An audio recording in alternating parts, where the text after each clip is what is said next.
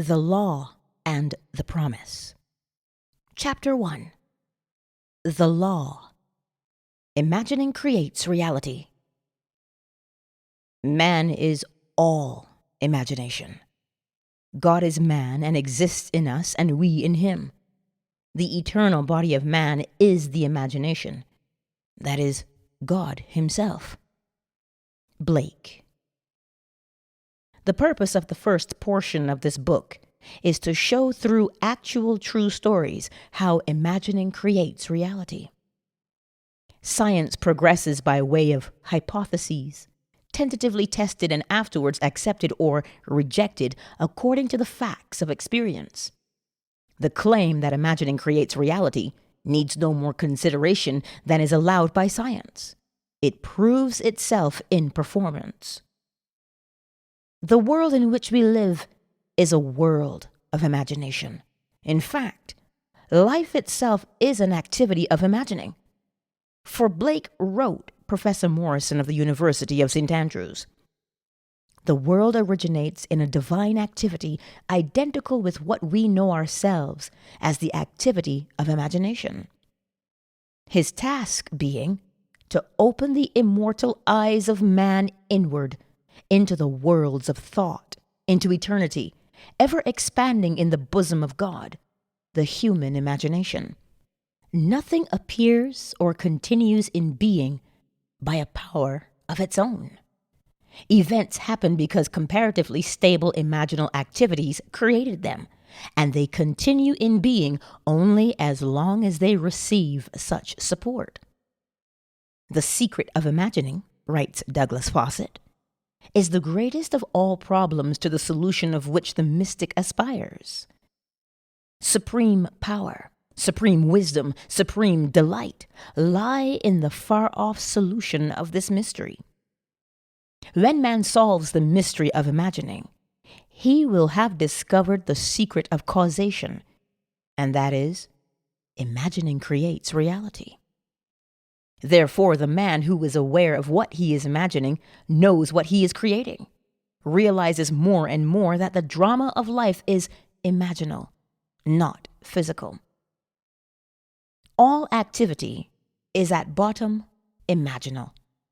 An awakened imagination works with a purpose. It creates and conserves the desirable and transforms or destroys the undesirable. Divine imagining and human imagining are not two powers at all, rather one. The valid distinction which exists between the seeming two lies not in the substance with which they operate, but in the degree of intensity of the operant power itself.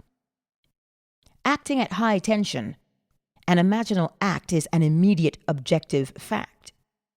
Keyed low, an imaginal act is realized in a time process. But whether imagination is keyed high or low, it is the ultimate, essentially non-objective reality from which objects are poured forth like sudden fancies. Hermann Kaiserling, Count, The Travel Diary of a Philosopher. No object is independent of imagining on some level or levels. Everything in the world owes its character to imagination on one of its various levels. Objective reality, writes Fitch, is solely produced through imagination. Objects seem so independent of our perception of them that we incline to forget that they owe their origin to imagination. The world in which we live is a world of imagination, and man, through his imaginal activities, creates the realities and the circumstances of life. This he does either knowingly or unknowingly. Men pay too little attention to this priceless gift. The human imagination, and a gift is practically non-existent unless there is a conscious possession of it and a readiness to use it. All men possess the power to create reality, but this power sleeps as though dead, when not consciously exercised. Men live in the very heart of creation, the human imagination, yet are no wiser for what takes place therein. The future will not be fundamentally different from the imaginal activities of man. Therefore, the individual who can summon at will whatever imaginal activity he pleases, and to whom the visions of his imagination are as real as the forms of nature, is master of his fate. The future is the imaginal activity of man in its creative march. Imagining is the creative power not only of the poet, the artist, the actor, and orator, but of the scientist, the inventor, the merchant, and the artisan. Its abuse in unrestrained, unlovely image-making is obvious, but its abuse in undue repression breeds a sterility which robs man of actual wealth of experience. Imagining novel solutions to ever more complex problems is far more noble than to run from problems. Life is the continual solution of a continuously synthetic problem. Imagining creates events. The world, created out of men's imagining, comprises unnumbered warring beliefs. Therefore, they can never be a perfectly stable or static state. Today's events are bound to disturb yesterday's established order. Imaginative men and women invariably unsettle a pre-existing peace of mind. Do not bow before the dictate of facts and accept life on the basis of the world without. Assert the supremacy of your imaginal acts over facts and put all things in subjection to them. Hold fast to your ideal in your imagination. Nothing can take it from you but your failure to persist in imagining the ideal realized. Imagine only such states that are of value or promise well. To attempt to change circumstances before you change your imaginal activity is to struggle against the very nature of things. There can be no outer change until there is first an imaginal change. Everything you do unaccompanied by an imaginal change is but futile readjustment of surfaces. Imagining the wish fulfilled brings about a union with that state, and during that union, you behave in keeping with your imaginal change. This shows you that an imaginal change will result in a change of behavior. However, your ordinary imaginal alterations as you pass from one state to another are not transformations, because each of them is so rapidly succeeded by another in the reverse direction. But whenever one state grows so stable as to become your constant mood, your habitual attitude, then that habitual state defines your character and is a true transformation. How do you do it? Self-abandonment. That is the secret. You must abandon yourself mentally to your wish fulfilled in your love for that state, and in so doing, live in the new state and no more in the old state. You can't commit yourself to what you do not love. So the secret of self-commission is faith. Plus, faith is believing what is unbelievable. Commit yourself to the feeling of the wish fulfilled, in faith that this act of self-commission will become a reality. And it must become a reality because imagining creates reality. Imagination is both conservative and transformative. It is conservative when it builds its world from images supplied by memory and the evidence of the senses. It is creatively transformative when it imagines things as they ought to be, building its world out of the generous dreams of fancy. In the procession of images, the ones that take precedence, naturally, are those of the senses. Nevertheless, a present sense impression is only an image. It does not differ in nature from a memory image or the image of a wish. What makes a present sense impression so objectively real is the individual's imagination functioning in it and thinking from it, whereas in a memory image or a wish, the individual's imagination is not functioning in it and thinking from it, but is functioning out of it and thinking of it.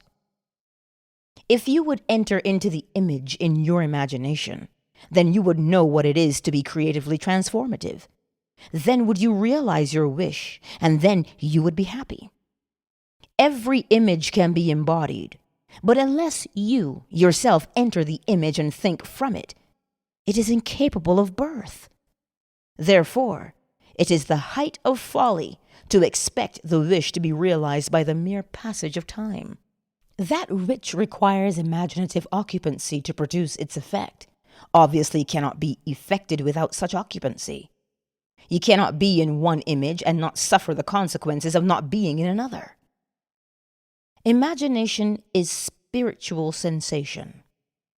Enter the image of the wish fulfilled, then give it sensory vividness and tones of reality by mentally acting as you would act were it a physical fact. Now, this is what I mean by spiritual sensation. Imagine that you are holding a rose in your hand. Smell it. Do you detect the odor of roses? Well, if the rose is not there, why is its fragrance in the air? Through spiritual sensation, that is, through imaginal sight, sound, scent, taste, and touch, you can give to the image sensory vividness. If you do this, all things will conspire to aid your harvesting, and upon reflection, you will see how subtle were the threads that led to your goal. You could never have devised the means which your imaginal activity employed to fulfill itself.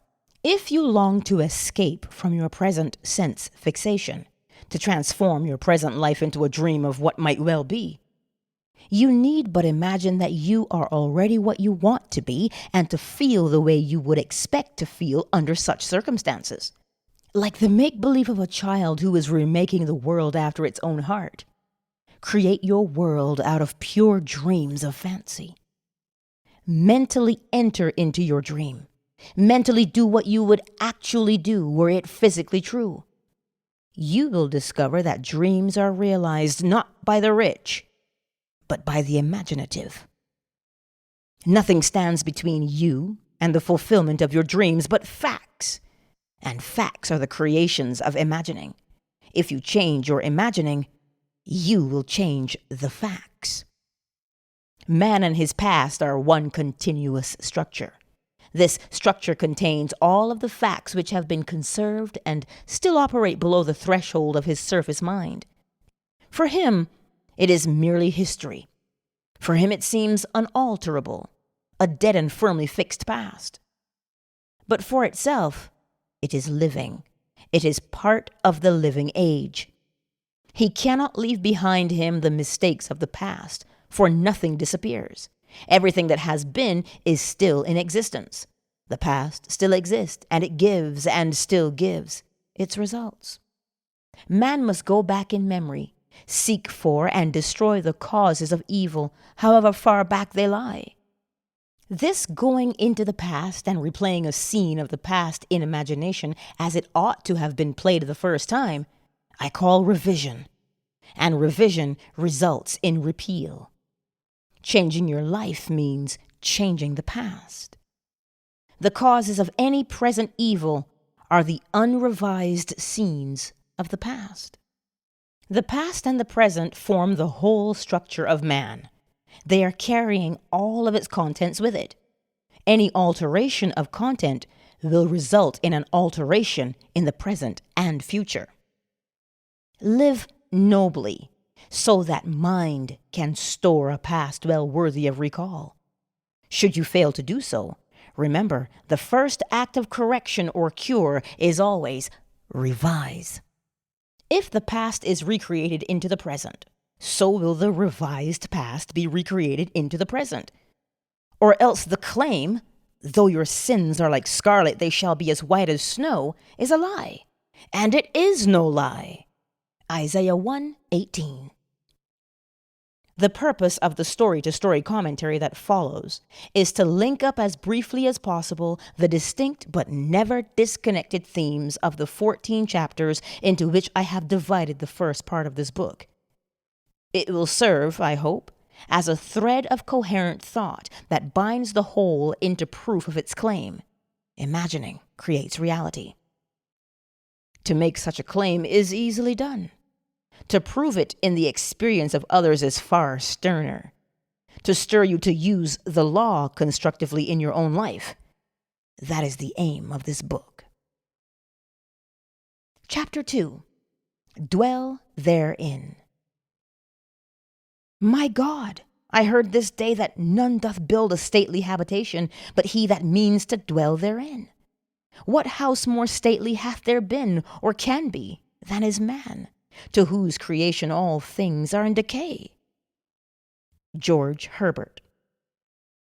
I wish it were true of man's noble dreams, but unfortunately, perpetual construction, deferred occupancy, is the common fault of man. Why build a stately habitation unless you intend to dwell therein? Why build a dream house and not dwell therein? This is the secret of those who lie in bed awake while they dream things true. They know how to live in their dream until, in fact, they do just that. Man, through the medium of a controlled waking dream, can predetermine his future. That imaginal activity of living in the feeling of the wish fulfilled leads man across a bridge of incident to the fulfillment of the dream. If we live in the dream, thinking from it and not of it, then the creative power of imagining will answer our adventurous fancy, and the wish fulfilled will break in upon us and take us unawares. Man is all imagination. Therefore, man must be where he is in imagination, for his imagination is himself. To realize that imagination is not something tied to the senses or enclosed within the spatial boundary of the body is most important. Although man moves about in space by movement of his physical body, he needs not be so restricted. He can move by a change in what he is aware of. However real the scene on which sight rests, man can gaze on one never before witnessed. He can always remove the mountain if it upsets his concept of what life ought to be. This ability to mentally move from things as they are to things as they ought to be is one of the most important discoveries that man can make. It reveals man as a center of imagining with powers of intervention which enable him to alter the course of observed events, moving from success to success through a series of mental transformations of nature, of others, and himself. For many years, a doctor and his wife dreamed about their stately habitation. But not until they imaginatively lived in it did they manifest it. Here is their story. Some 15 years ago, Mrs. M and I purchased a lot on which we built a 2-story building housing our office and living area. We left ample space on the lot for an apartment building, if and when our finances would permit. All those years we were busy paying off our mortgage, and at the end of that time had no money for the additional building we still desired so much. It was true that we had an ample savings account, which meant security for our business, but to use any part of it for a new building would be to jeopardize that security. But now your teaching awakened a new concept, boldly telling us we could have what we most desired through the controlled use of our imagination, and that realizing a desire was made more convincing without money. We decided to put it to a test, to forget about money, and concentrate our attention on the thing we desired most in this world, the new apartment building. With this principle in mind, we mentally constructed the new building as we wanted it, actually drawing physical plans so we could better formulate our mental picture of the completed structure, never forgetting to think from the end, in our case, the completed occupied building. We took many imaginative trips through our apartment house, renting the units to imaginary tenants, examining in detail every room and enjoying the feeling of pride as friends offered congratulations on the unique planning. We brought into our imaginal scene one friend in particular. I shall call her Mrs. X, a lady we had not seen for some time, as she had given us up socially, believing us a bit peculiar in our new way of thinking. In our imaginal scene, we took her through the building and asked how she liked it. Hearing her voiced distinctly, we had her reply, "Doctor, I think it is beautiful." One day, while talking together of our building, my wife mentioned a contractor who had constructed several apartment houses in our neighborhood. We knew of him only by the name that appeared on signs adjacent to buildings under construction. But realizing that if we were living in the end, we would not be looking for a contractor, we promptly forgot this angle. Continuing these periods of daily imagining for several weeks, we both felt we were now fused with our desire and had successfully been living in the end. One day, a stranger entered our office and identified himself as the contractor whose name my wife had mentioned weeks before. In an apologetic manner, he said, "I don't know why I stopped here. I normally don't go to see people, but rather people come to see me." He explained that he passed our office often and had wondered why there wasn't an apartment building on the corner lot. We assured him we would like very much to have such a building there, but that we had no money to put into the project, not even the few $100s it would take for plans. Our negative response did not faze him, and seemingly compelled, he began to figure and devise ways and means to carry out the job, unasked and unencouraged by us. Forgetting the incident, we were quite startled when a few days later this man called, informing us that plans were completed and that the proposed building would cost us $30,000. We thanked him politely and did absolutely nothing. We knew we had been living imaginatively in the end of a completed building, and that imagination would assemble that building perfectly without any outside assistance from us. So, we were not surprised when the contractor called again the next day to say he had found a set of blueprints in his files that fitted our needs perfectly with few alterations. This, we were informed, would save us the architect's fee for new plans. We thanked him again and still did nothing. Logical thinkers would insist that such negative response from prospective customers would completely end the matter. Instead, 2 days later, the contractor again called with the news that he had located a finance company willing to cover the necessary loan with the exception of a few $1,000s. That sounds incredible. But we still did nothing. For remember, to us this building was completed and rented, and in our imagination we had not put one penny into its construction. The balance of this tale reads like a sequel to Alice in Wonderland. For the contractor came to our office the next day and said, as though presenting us with a gift, "You people are going to have that new building anyway. I've decided to finance the balance of the loan myself. If this is agreeable, I'll have my lawyer draw up the papers and you can pay me back out of net profits from rentals."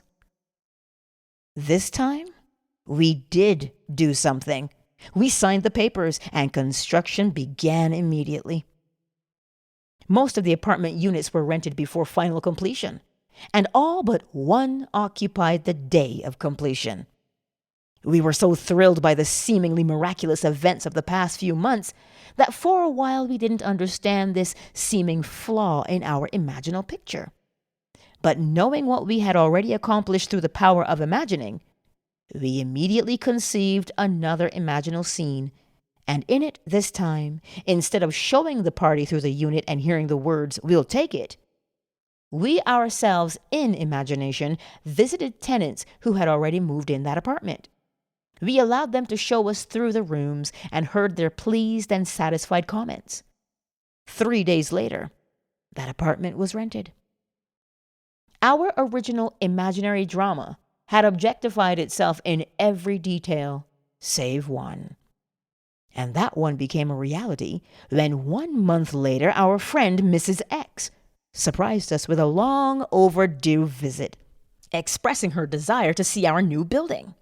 Well, gladly we took her through, and at the end of the tour heard her speak the line we had heard in our imagination so many weeks before, as with emphasis on each word she said, "Doctor, I think it is beautiful."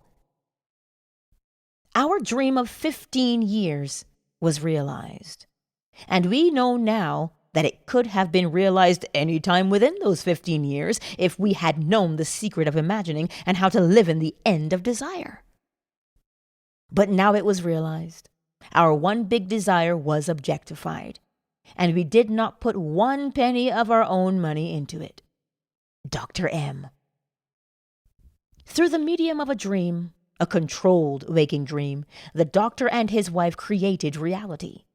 They learned how to live in their dream house, as in fact now they do. Although help seemingly came from without, the course of events was ultimately determined by the imaginal activity of the doctor and his wife. The participants were drawn into their imaginal drama because it was dramatically necessary that they should be. Their imaginal structure demanded it. All things by a law divine in one another's being mingle. Percy Bysshe Shelley loves philosophy. The following story illustrates the way in which a lady prepared her stately habitation by imaginatively sleeping in or dwelling therein.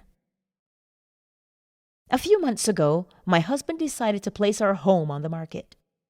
The main object for the move, which we had discussed many times, was to find a home large enough for the two of us, my mother and my aunt, in addition to 10 cats, 3 dogs, and 1 parakeet. Believe it or not, the contemplated move was my husband's idea, as he loved my mother and aunt and said I was at their house most of the time anyway, so why not live together and pay 1 tax bill? I liked the idea tremendously. But I knew that this new home would have to be something very special in size, location, and arrangement, as I insisted on privacy for all concerned. So at the moment I was undecided whether to sell our present home or not. But I didn't argue, as I knew quite well from past experience with imagining that our house would never sell until I stopped sleeping in it. 2 months and 4 or 5 real estate brokers later, my husband had given up on the sale of our house, and so had the brokers. At this point, I had convinced myself I now wanted the change. So, for 4 nights in my imagination, I went to sleep in the kind of home I would like to own. On the 5th day, my husband had an appointment at a friend's home, and while there, met a stranger who just happened to be looking for a house in the hills. He was, of course, brought swiftly back to see our house, which he walked through once and said, "I'll buy it." This doesn't make us very popular with the brokers, but that was all right with me, as I was happy to keep the broker's commission in the family. We moved within 10 days and stayed with my mother while looking for our new home. We listed our requirements with every agent on the Sunset Strip, only because I wouldn't move out of the area, and each one of them, without exception, informed us we were both mad.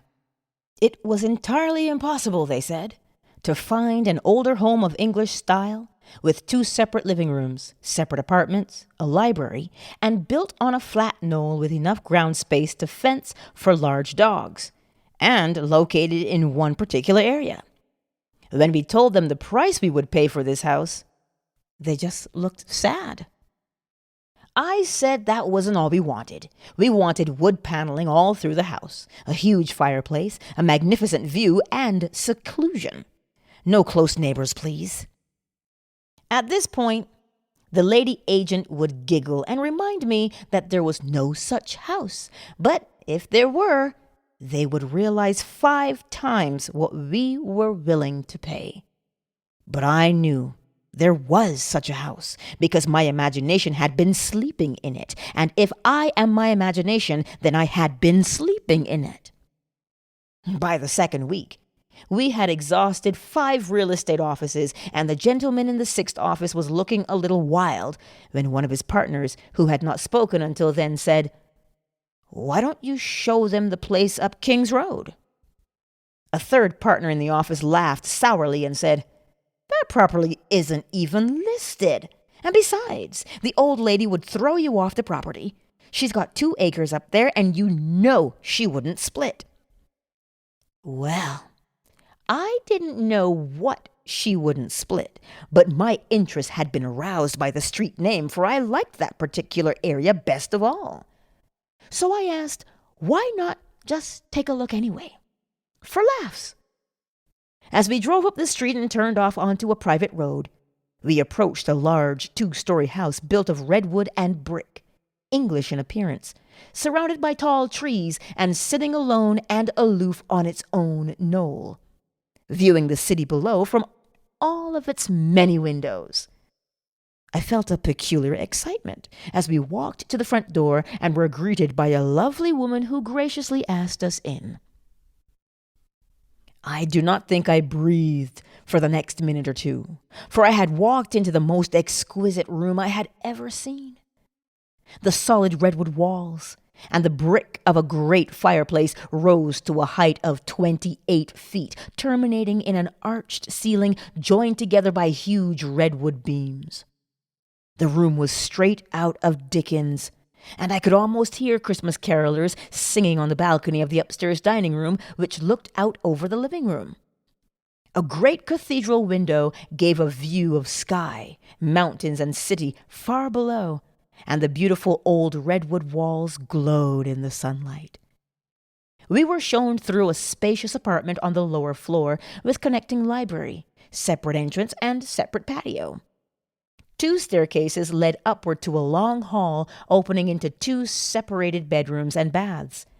And at the end of the hall was, yes, a second living room opening out onto a second patio screened by trees and redwood fencing.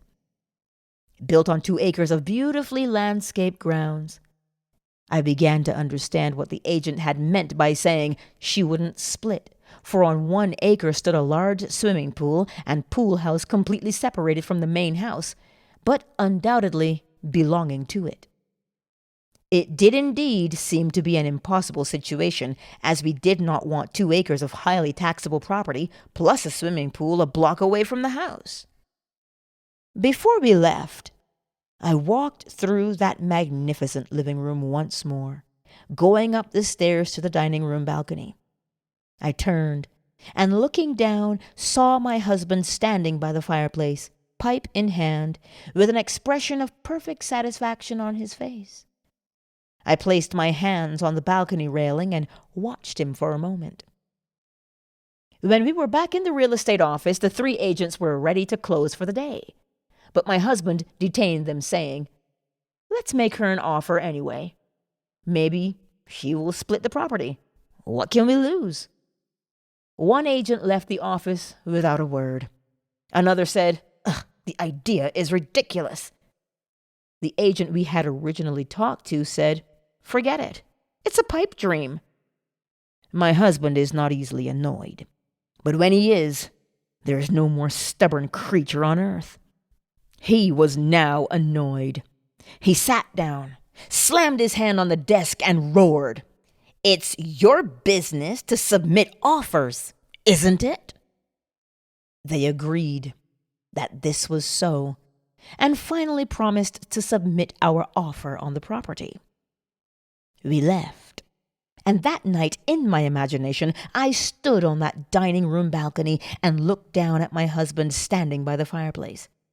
He looked up at me and said, "Well, honey, how do you like our new home?" I said, "I love it." I continued to see that beautiful room and my husband in it, and felt the balcony railing gripped in my hands until I fell asleep.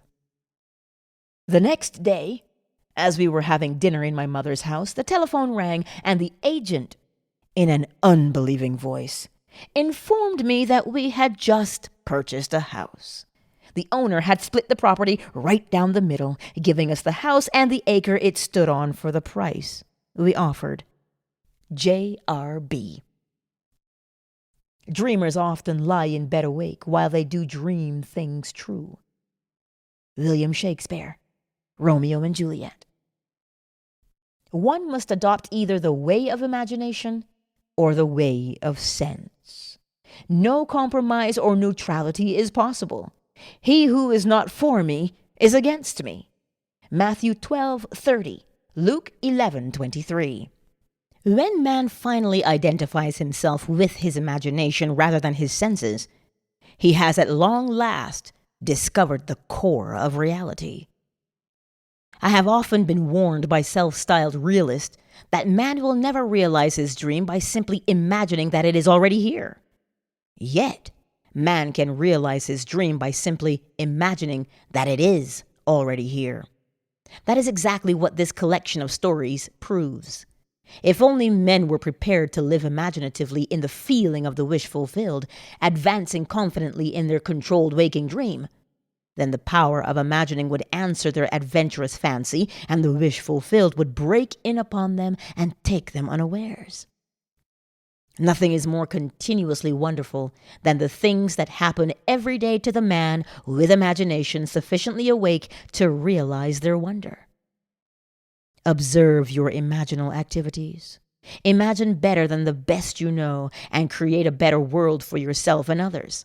Live as though the wish had come, even though it is yet to come, and you will shorten the period of waiting. The world is imaginal, not mechanistic. Imaginal acts, not blind fate, determine the course of history. Chapter 3. Turn the wheel backward. Oh, let your strong imagination turn the great wheel backward until Troy unburn.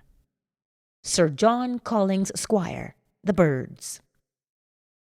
All life is, throughout the ages, nothing but the continuing solution of a continuous synthetic problem. H.G. Wells. The perfectly stable or static state is always unattainable. The end attained objectively always realizes more than the end the individual originally had in view. This, in turn, creates a new situation of inner conflict, needing novel solutions to force man along the path of creative evolution. His touch is infinite and lends a yonder to all ends. George Meredith. Hymn to color. Today's events are bound to disturb yesterday's established order. The creatively active imagination invariably unsettles a pre-existing peace of mind. The question may arise as to how, by representing others to ourselves as better than they really were, or mentally rewriting a letter to make it conform to our wish, or by revising the scene of an accident, the interview with the employer, and so on, could change what seems to be the unalterable facts of the past. But remember my claims for imagining. Imagining creates reality. What it makes, it can unmake. It is not only conservative, building a life from images supplied by memory. It is also creatively transformative, altering a theme already in being. The parable of the unjust steward, Luke 16:1-8, gives the answer to this question. We can alter our world by means of a certain illegal imaginal practice, by means of a mental falsification of the facts. That is, by means of a certain intentional imaginal alteration of that which we have experienced. All this is done in one's own imagination. This is a form of falsehood, which not only is not condemned, but is actually approved in the gospel teaching. By means of such a falsehood, a man destroys the causes of evil and acquires friends, and on the strength of this revision proves, judging by the high praise the unjust steward received from his master, that he is deserving of confidence.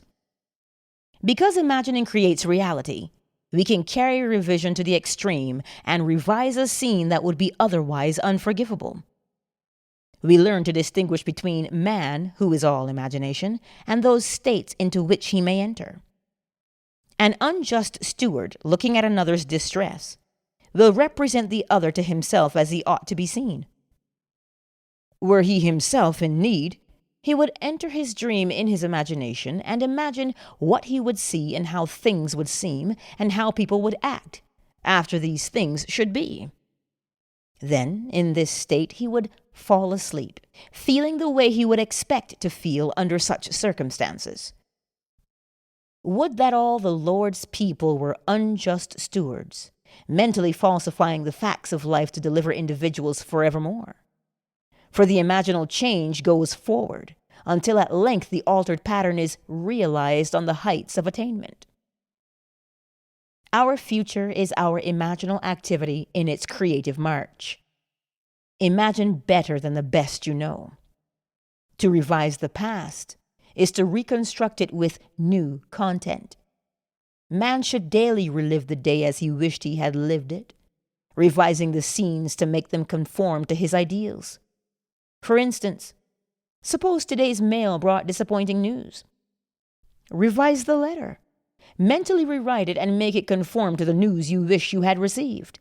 Then, in imagination, read the revised letter over and over again, and this will arouse the feelings of naturalness, and imaginal acts become facts as soon as we feel natural in the act. This is the essence of revision, and revision results in repeal. This is exactly what F.B. did. Late in July, I wrote to a real estate agent of my desire to sell a piece of land which had been a financial burden to me. His negative reply listed all the reasons why sales were at a standstill in that area, and he forecast a bleak period of waiting until after the first of the year. I received this letter on a Tuesday, and in my imagination, I rewrote it with words indicating that the agent was eager to take my listing.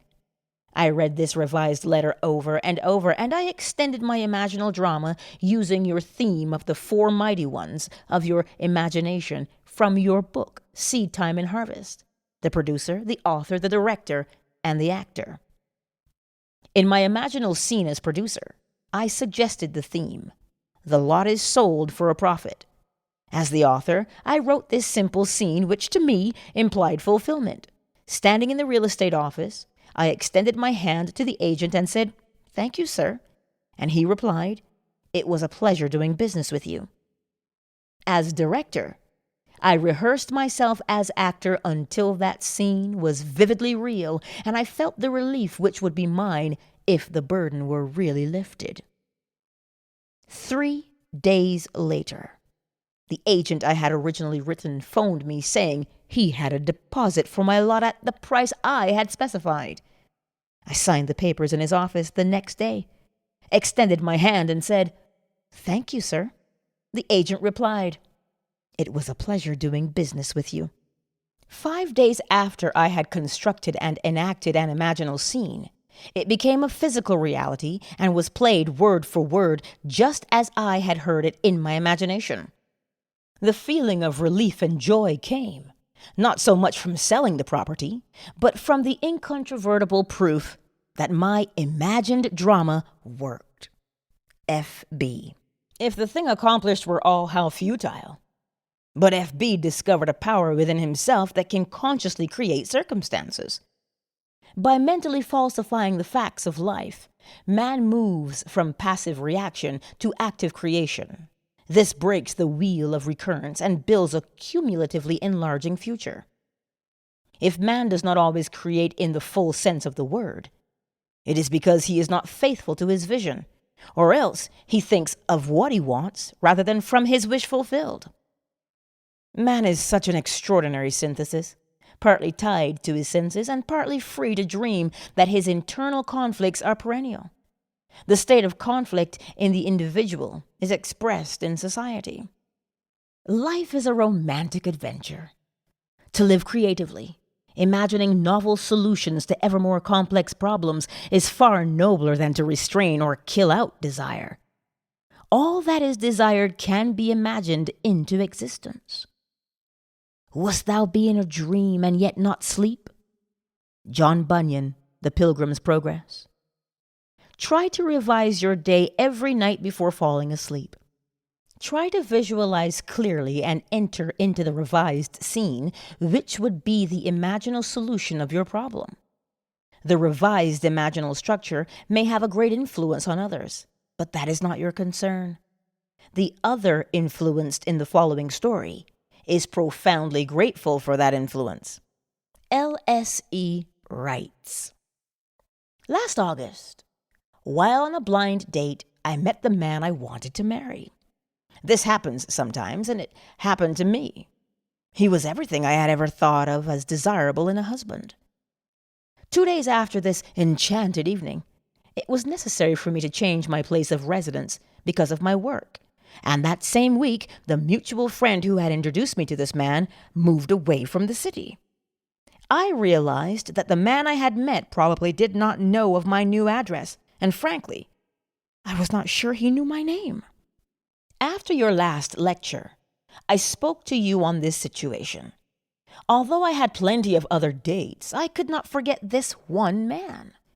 Your lecture was based on revising our day, and after speaking to you, I determined to revise my day every day. Before going to sleep that night, I felt I was in a different bed in my own home as a married woman, and not as a single working girl sharing an apartment with 3 other girls. I twisted an imaginary wedding band on my imaginary left hand, saying over and over to myself, "This is wonderful. I really am Mrs. J.E." And I fell asleep in what was, a moment before, a waking dream. I repeated this imaginary scene for 1 month, night after night. The first week in October, he found me. On our second date, I knew my dreams were rightly placed. Your teaching tells us to live in the end of our desire until that desire becomes fact. So although I did not know how he felt toward me, I continued, night after night, living in the feeling of my dream realized. The results? In November, he proposed. In January, we announced our engagement. And the following May, we were married. The loveliest part of it all, however, is that I am happier than I ever dreamed possible. And I know in my heart he is too. Mrs. J.E.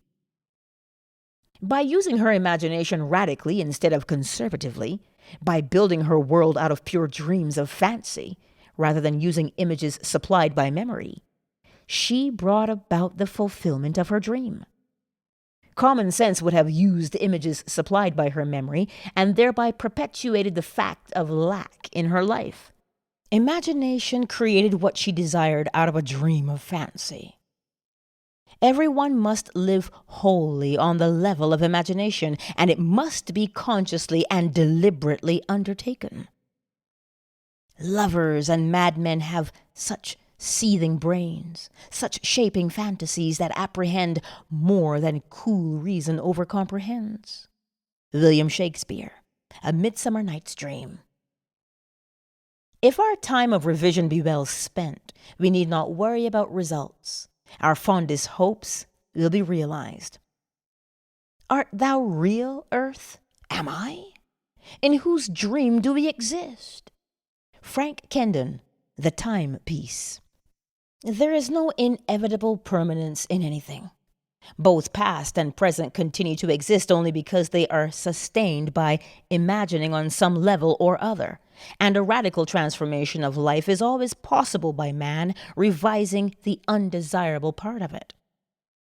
In his letter, Mr. R.S. questions this subject of influence. During your current series of lectures, trouble developed with collections on one of my trust deeds. The security, a house and lot, was neglected and run down. The owners were apparently spending their money in bars while their 2 little girls, aged 9 and 11, were noticeably uncared for.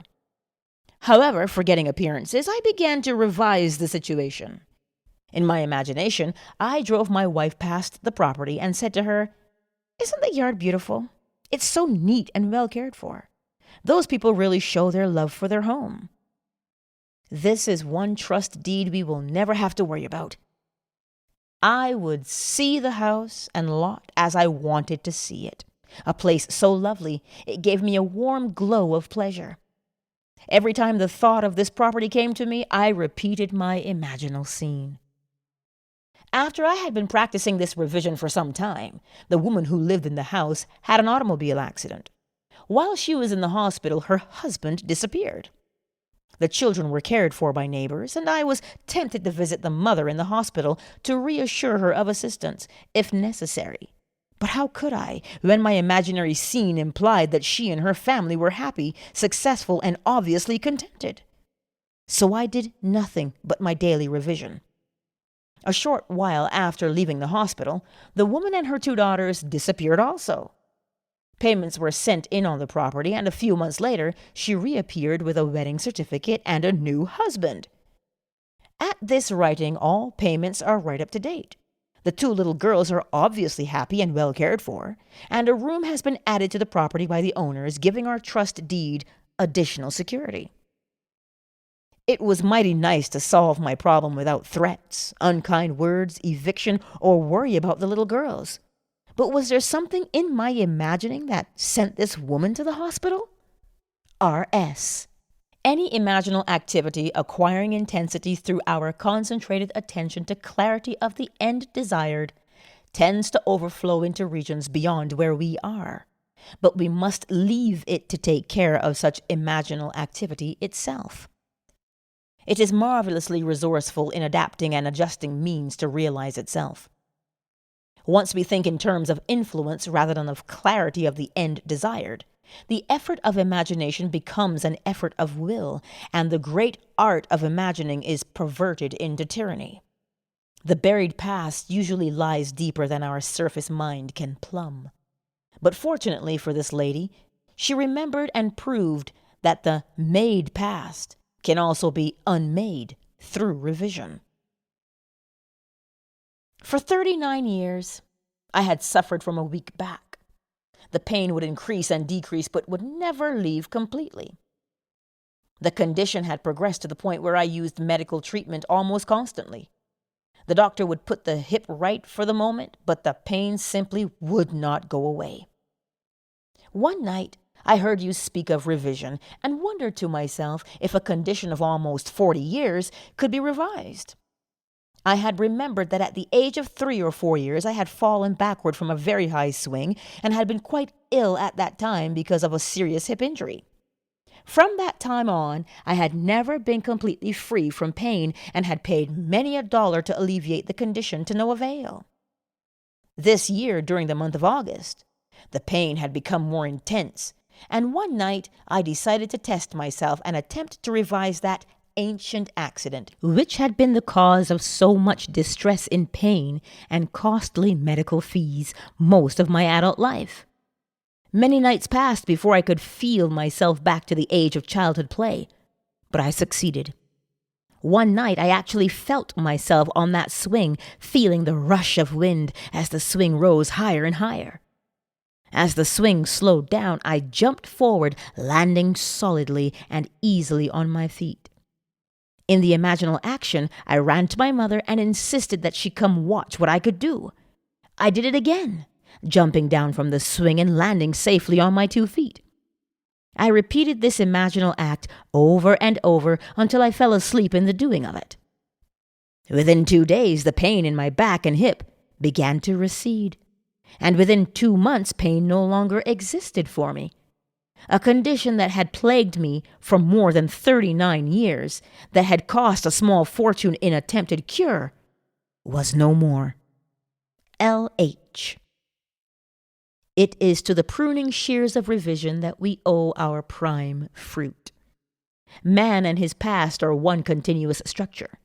This structure contains all of the past, which has been conserved and still operates below the threshold of his senses to influence the present and the future of his life.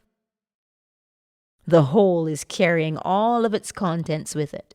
Any alteration of content will result in an alteration in the present and the future. The first act of correction or cure is always revise. If the past can be recreated into the present, so can the revised past. And thus, the revised past appears within the very heart of her present life. Not fate, but a revised past brought her good fortune. Make results and accomplishment the crucial test of true imagination, and your confidence in the power of imagination to create reality will grow gradually from your experiments with revision confronted by experience. Only by this process of experiment can you realize the potential power of your awakened and controlled imagination. "How much do you owe, my master?" he said. 100 measures of oil. And he said to him, "Take your bill and sit down quickly and write 50. Luke 16, 5 and 6. This parable of the unjust steward urges us to mentally falsify the facts of life, to alter a theme already in being. By means of such imaginative falsehoods, a man acquires friends. Luke 16:9. As each day falls, mentally revise the facts of life and make them conform to events well worthy of recall. Tomorrow will take up the altered pattern and go forward until at length it is realized on the heights of attainment. The reader will find it worthwhile to follow these clues. Imaginal construction of scenes implying the wish fulfilled, and imaginative participation in these scenes until tones of reality are reached. We are dealing with the secret of imagining, in which man is seen awakening into a world completely subject to his imaginative power. Man can understand recurrence of events well enough, the building of a world from images supplied by memory, things remaining as they are. This gives him a sense of security in the stability of things.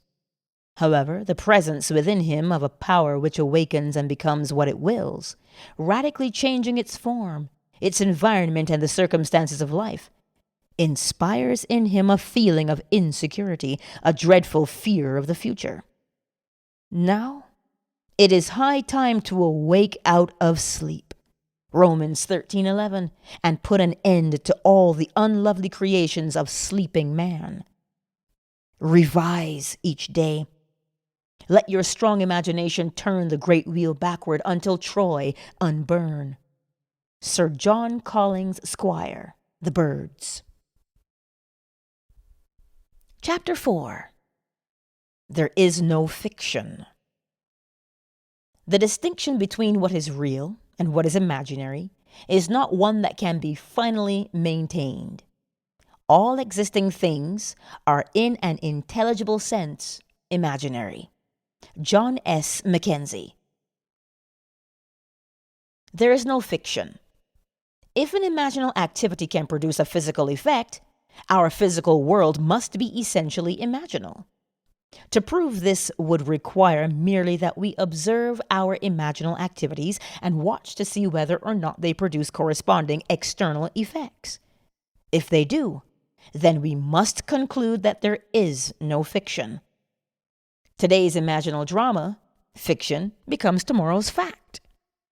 If we had this wider view of causation, that causation is mental, not physical, that our mental states are causative of physical effects, then we would realize our responsibility as a creator and imagine only the best imaginable.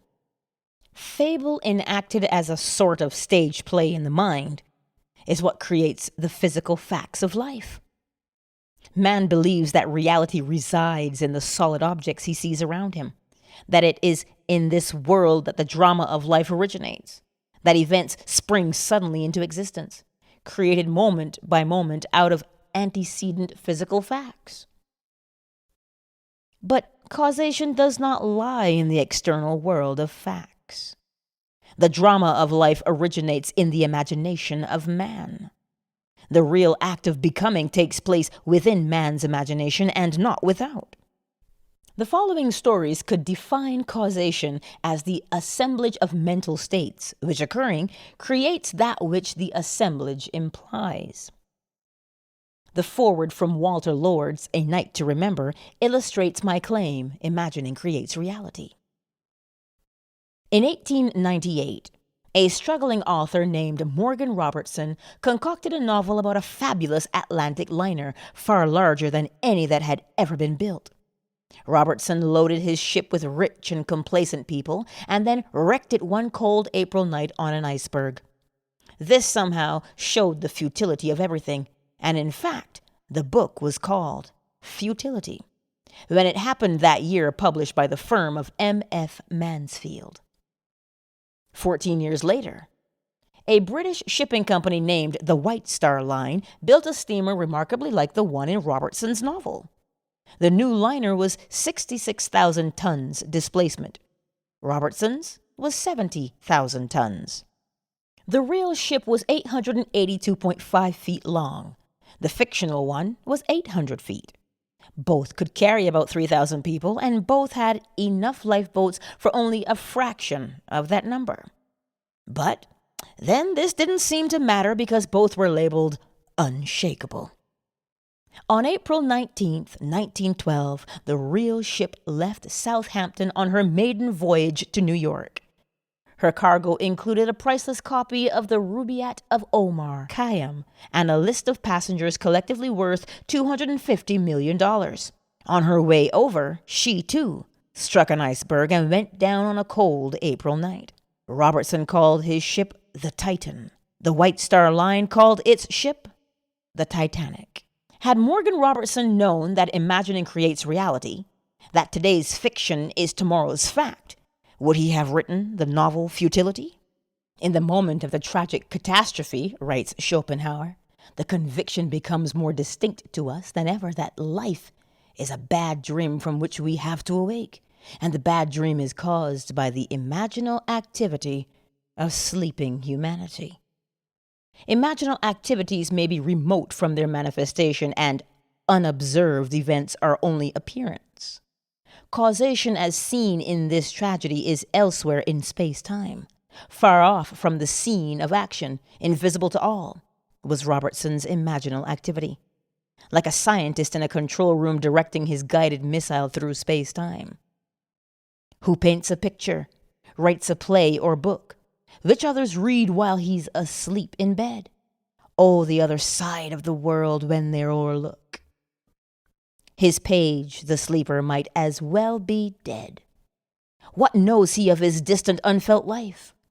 What knows he of the thoughts his thoughts are raising, the life his life is giving, or the strife concerning him, some cavilling, some praising? Yet, which is most alive? He who's asleep, or his quick spirit in some other place, or a score of other places that doth keep attention fixed and sleep from others' chase? Which is the he that sleeps, or he that his own he can neither feel nor see? Samuel Butler. Imaginative writers communicate not their vision of the world, but their attitudes which result in their vision. Just a short while before Catherine Mansfield died, she said to her friend Orage, "There are in life as many aspects as attitudes towards it, and aspects change with attitudes.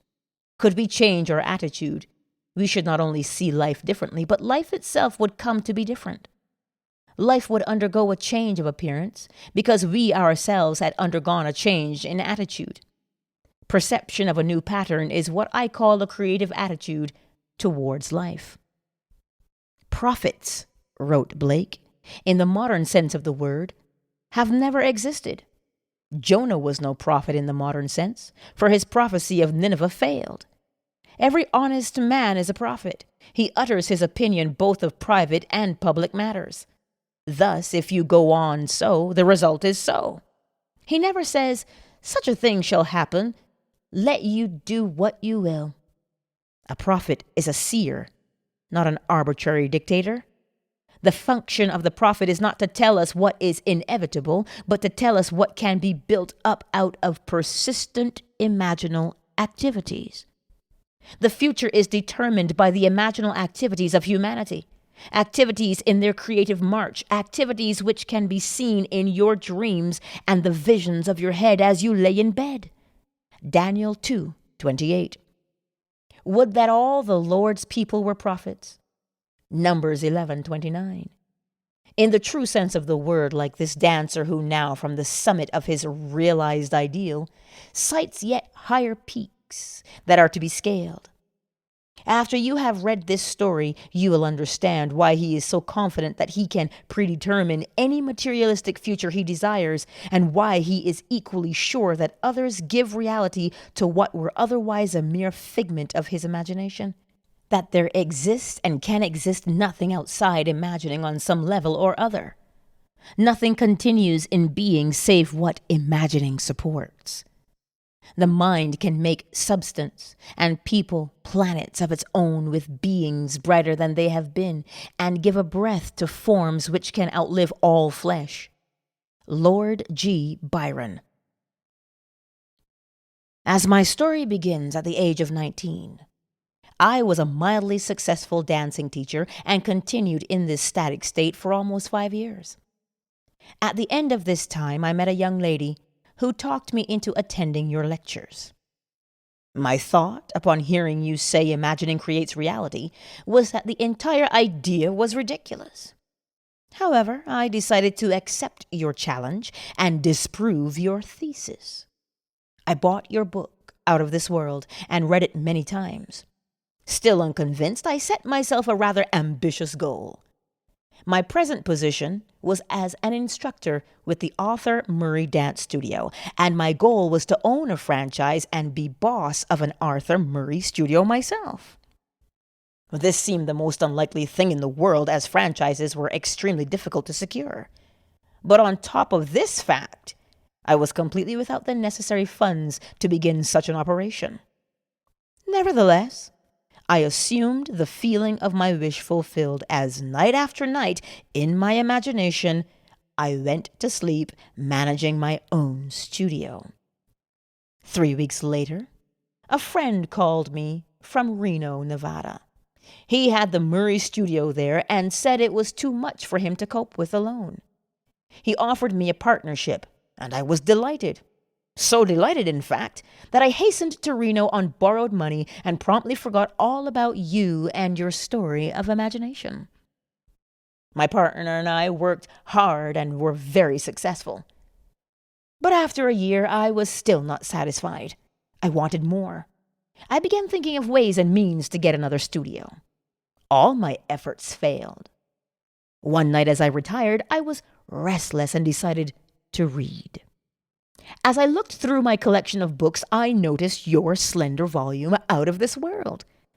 I thought of the silly nonsense I had gone through 1 year ago before getting my own studio. Getting my own studio! The words in my mind electrified me. I reread the book that night, and later in my imagination I heard my superior praise the good job we had done in Reno and suggest we acquire a second studio, as he had a second location ready for us if we desired to expand. I reenacted this imaginal scene nightly without fail. 3 weeks from the first night of my imaginal drama, it materialized, almost word for word.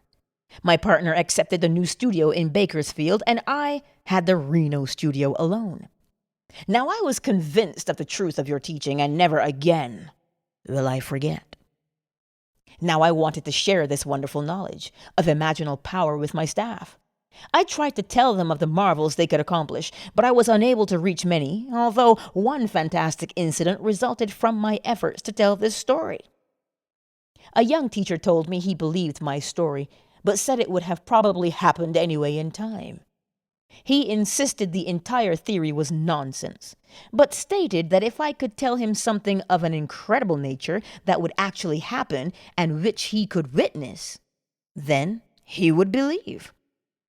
I accepted his challenge and conceived a truly fantastic test. The Reno studio is the most insignificant in the entire Murray system because of the small population count in the city itself. There are over 300 Murray studios in the country with much larger populations, therefore providing greater possibilities to draw from. So my test was this. I told the teacher that within the next 3 months, at the time of a national dance convention, the little Reno studio would be the foremost topic of conversation at that convention.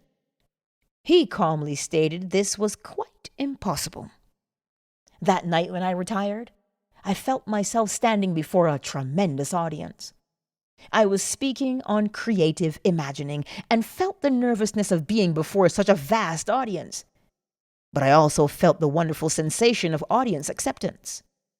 I heard the roar of applause, and as I left the stage, I saw Mr. Murray himself come forward and shake my hand.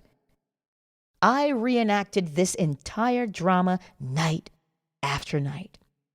It began to take on the tones of reality, and I knew I had done it again. My imaginal drama materialized down to the last detail. My little Reno studio was the talk of the convention, and I did appear on that stage just as I had done in my imagination. But even after this unbelievable but actual happening, the young teacher who threw me the challenge remained unconvinced. He said it had all happened too naturally, and he was sure it would have happened anyway. I did not mind his attitude, because his challenge had given me another opportunity to prove, at least to myself, that imagining does create reality. From that time on, I continued with my ambition to own the largest Arthur Murray dance studio in the world. Night after night in my imagination, I heard myself accepting a studio franchise for a great city. Within 3 weeks, Mr. Murray called me and offered a studio in a city of 1.5 million people. It is now my goal to make my studio the greatest and biggest in the entire system. And of course, I know it will be done through my imagination. E.O.L. Jr. Imagining, writes Douglas Fawcett, may be hard to grasp, being quicksilver-like. It vanishes into each of its metamorphoses and thereby displays its transformative magic. We must look beyond the physical fact for the imagining which has caused it. For 1 year, E.O.L. Jr. lost himself in his metamorphosis, but fortunately, he remembered the silly nonsense he had gone through before getting his own studio, and reread the book. Imaginal acts on the human level need a certain interval of time to develop.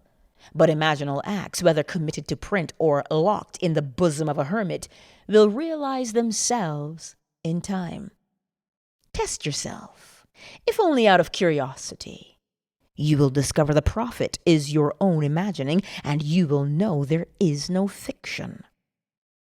We should never be certain that it was not some woman treading in the winepress who began that subtle change in men's minds, or that the passion because of which so many countries were given to the sword did not begin in the mind of some shepherd boy, lighting up his eyes for a moment before it ran upon its way.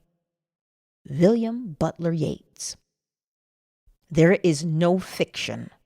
Imagining fulfills itself in what our lives become. And now, I have told you before it takes place, so that when it does take place, you may believe. John 14:29. The Greeks were right. The gods have come down to us in the likeness of men. Acts 14:11. But they have fallen asleep and do not realize the might they wield by their imaginal activities. Real are the dreams of gods, and smoothly pass their pleasure in a long immortal dream. John Keats. E.B., an author, is fully aware that today's fiction can become tomorrow's fact. In this letter, she writes, "One spring, I completed a novelette, sold it, and forgot it. Not until many long months later did I sit down and nervously compare some facts in my fiction with some facts in my life. Please read a brief outline of my created story, then compare it with my personal experience.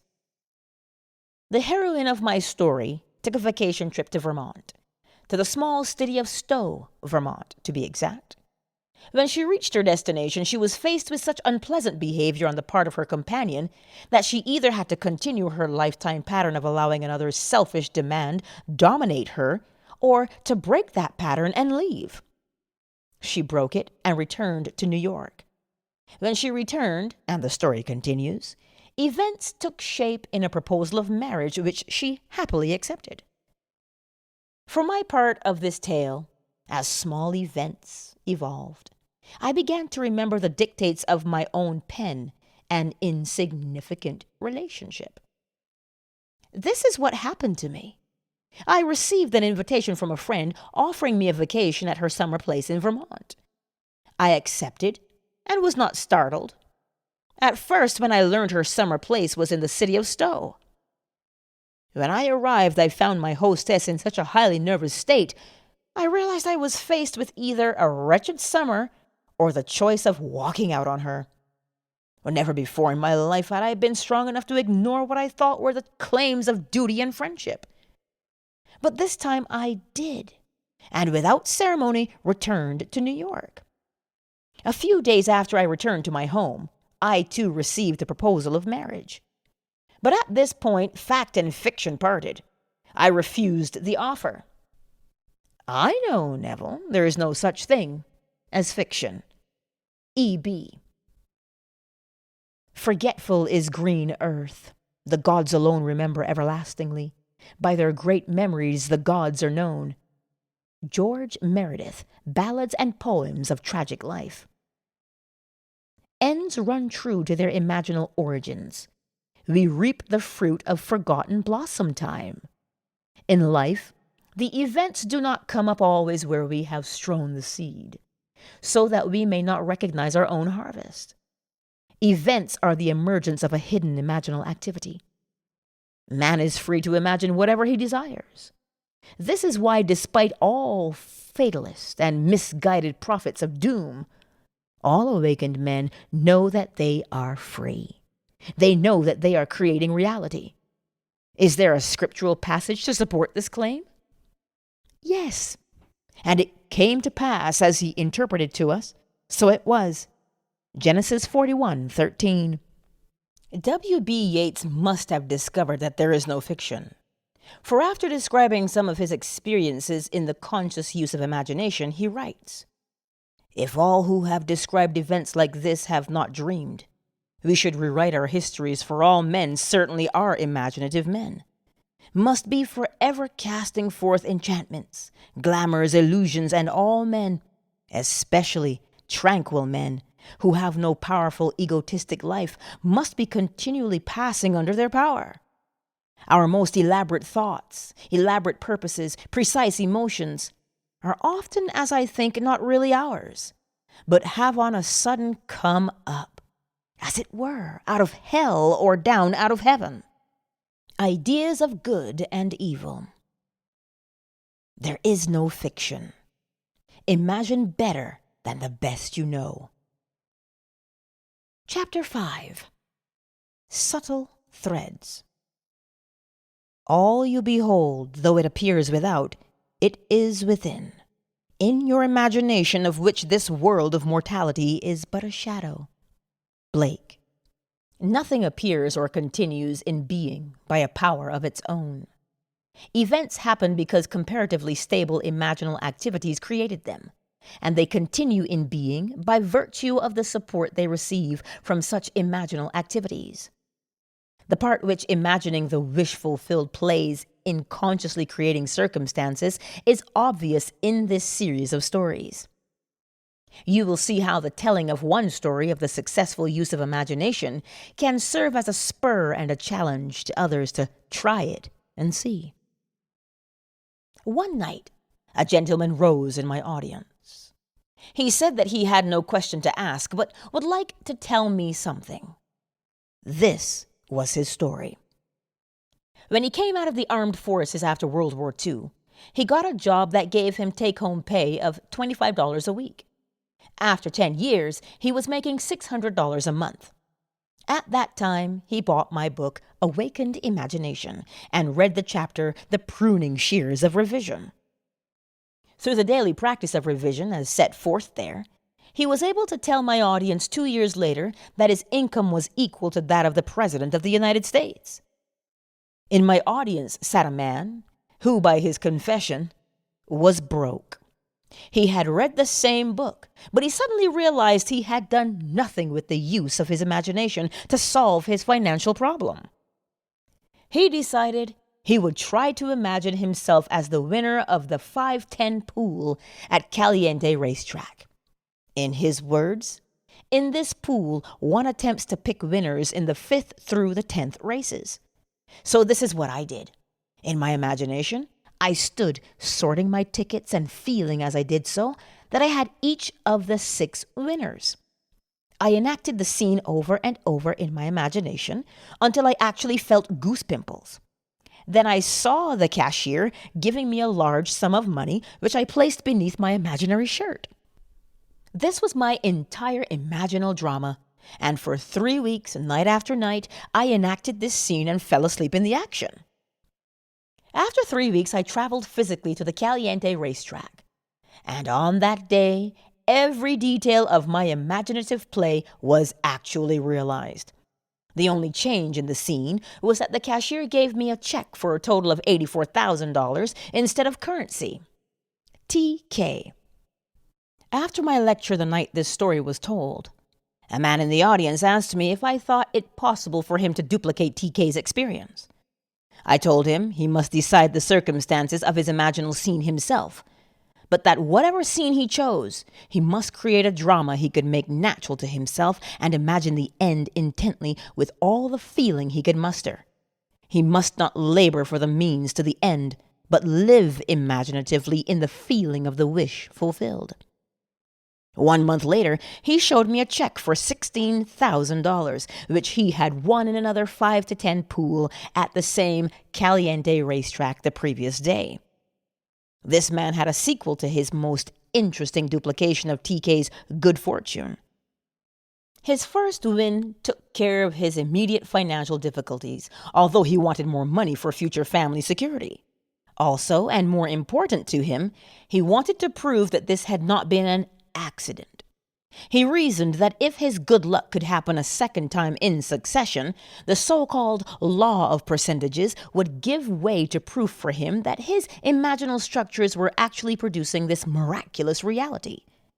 And so he dared to put his imagination to a second test. He continues, I wanted a sizable bank account, and this to me meant seeing a large balance on my bank statements. Therefore, in my imagination, I enacted a scene which took me into 2 banks. In each bank, I would see an appreciative smile meant for me from the bank manager as I walked into his establishment, and I would hear the teller's cordial greeting. I would ask to see my statement. In one bank, I saw a balance of $10,000. In the other bank, I saw a balance of $15,000. My imaginal scene did not end there. Immediately after seeing my bank balances, I would turn my attention to my horse racing system, which, through a progression of 10 steps, would bring my winnings to $11,533, with a starting capital of $200. I would divide the winnings into 12 piles on my desk, counting the money in my imaginary hands. I would put $1,000 in each of 11 piles, and the remaining $533 in the last pile. My imaginative accounting would amount to $36,533, including my bank balances. I enacted this entire imaginative scene each morning, afternoon, and night for less than 1 month. And on March 2nd, I went to the Caliente track again. I made out my tickets, but strangely enough, and not knowing why I did so, I duplicated 6 more tickets exactly like the 6 already made out, but in the 10th selection, I made a mistake and copied 2 tickets twice. As the winners came in, I held 2 of them, each paying $16,423.50. I also had 6 consolation tickets, each paying $656.80. The combined total amounted to $36,788. My imaginary accounting 1 month before had totaled $36,533. 2 points of interest, most profound to me, were that by seeming accident, I had marked 2 winning tickets identically, and also that at the end of the 9th race, which was one of the major winners, the trainer attempted to scratch the horse, but the stewards denied the trainer's request. AJF. How subtle were the threads that led to his goal? Results must testify to our imagining, or we really are not imagining the end at all. AJF faithfully imagined the end, and all things conspired to aid his harvesting. His mistake in copying a winning ticket twice, and the steward's refusal to allow the trainer's request were events created by the imaginal drama to move the plan of things forward to its goal. Chance, wrote Belfort Bax, may be defined as that element in the reality change, that is, in the flowing synthesis of events, which is irreducible to law or the causal category. To live wisely, we must be aware of our imaginal activities, or at any rate, of the end which they are tending. We must see to it that it is the end we desire. Wise imagining identifies itself only with such activities that are of value or promise well. However much man seems to be dealing with a material world, he is actually living in a world of imagination. When he discovers that it is not the physical world of facts, but imaginal activities which shape his life, then the physical world will no longer be the reality, and the world of imagination no longer the dream. Does the road wind uphill all the way? Yes, to the very end. Will the day's journey take the whole long day? From morn to night, my friend. Christina Georgina Rossetti, Uphill. Chapter 6. Visionary Fancy.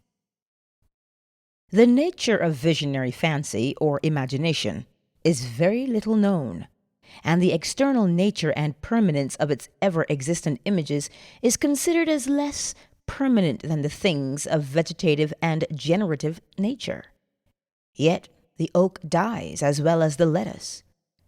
But its eternal image and individuality never dies, but renews by its seed, just so the imaginative image returns by the seed of contemplative thought. Blake. The images of our imagination are the realities of which any physical manifestation is only the shadow. If we are faithful to vision, the image will create for itself the only physical manifestation of itself it has a right to make. We speak of the reality of a thing when we mean its material substance. That is exactly what an imaginist means by its unreality or shadow. Imagining is spiritual sensation. Enter into the feeling of your wish fulfilled. Through spiritual sensation, through your use of imaginal sight, sound, scent, taste, and touch, you will give to your image the sensory vividness necessary to produce that image in your outer or shadow world. Here is the story of one who was faithful to his vision. F.B., being a true imaginist, remembered what he had heard in his imagination. Thus he writes, "A friend who knows my passionate fondness for opera tried to get Kristen Flagstad's complete recording of Tristan and Isolde for me at Christmas. In over a dozen record stores he was told the same thing. RCA Victor is not reissuing this recording, and there have been no copies available since June. On December 27th, I determined to prove your principle again by getting the album I desired so intensely. Lying down in my living room, I mentally walked into a record shop I patronize and asked the one salesman whose face and voice I could recall, 'Do you have Flagstad's Complete Isolde?' He replied, 'Yes, I have.' That ended the scene, and I repeated it until it was real to me. Late that afternoon, I went to that record shop to physically enact the scene. Not one detail supplied by the senses had encouraged me to believe I could walk out of that shop with those records. I had been told last September by the same salesman in the same shop the same story my friend had received there before Christmas. Approaching the salesman, I had seen in imagination that morning, I said, 'Do you have Flagstad's Complete Isolde?' He replied, 'No, we haven't.' Without saying anything audible to him, I said inwardly, 'That's not what I heard you say.' As I turned to leave the shop, I noticed on a top shelf what I thought to be an advertisement of this set of records and remarked to the salesman, 'If you don't have the merchandise, you shouldn't advertise it.' 'That's right,' he replied, and as he reached up to take it down, discovered it to be a complete album with all 5 records. The scene wasn't played exactly as I had constructed it, but the result confirmed what my imagined scene implied. How can I thank you? F.B. After reading F.B.'s letter, we must agree with Anthony Eden that an assumption, though false, if persisted in, will harden into fact. FB's fancy, fusing with the sense field of the record shop, enriched aspects of it and made them his, what he perceived. Our future is our imagining in its creative march. FB used his imagination for a conscious purpose, representing life as he desired it to be, and thereby affecting life instead of merely reflecting it. So sure was he that his imaginal drama was the reality, and the physical act but a shadow, that when the salesman said, "No, we haven't," FB mentally said, "That's not what I heard you say." He not only remembered what he had heard, but he was still remembering it. Imagining the wish fulfilled is the seeking that finds, the asking that receives, the knocking to which is opened. He saw and heard what he desired to see and hear, and would not take "No, we haven't" for an answer. The imaginist dreams while awake. He is not the servant of his vision, but the master of the direction of his attention. Imaginative constancy controls perception of events in space-time.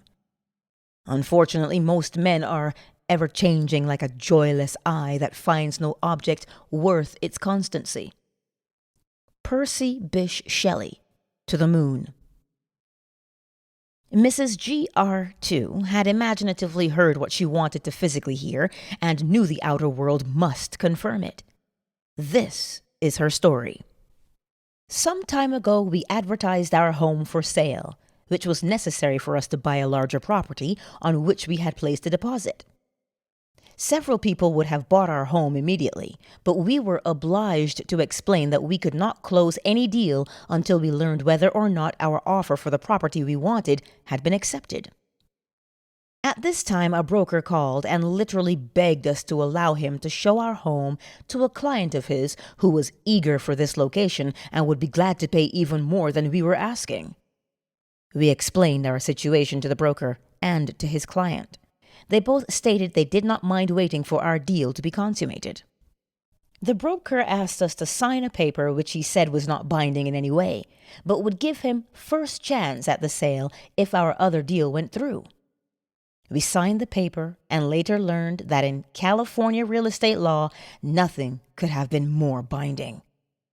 A few days later, our deal for the new property fell through, so we notified this broker, and his verbal response was, "Well, just forget it." 2 weeks later, he filed suit against us for $1,500 commission. Trial date was set, and we asked for a jury trial. Our attorney assured us he would do all he could, but that the law on this particular point was so stringent that he could not see any possibility of our winning the case. When time for the trial arrived, my husband was in the hospital and could not appear with me in our defense. I had no witnesses, but the broker brought 3 attorneys and a number of witnesses into court against us. Our attorney now told me we had not the slightest chance to win. I turned to my imagination, and this is what I did. Completely disregarding all that had been said by attorneys, witnesses, and the judge who seemed to favor the plaintiff, I thought only of the words I wanted to hear. In my imagination, I listened intently and heard the foreman of the jury say, "We find the defendant not guilty."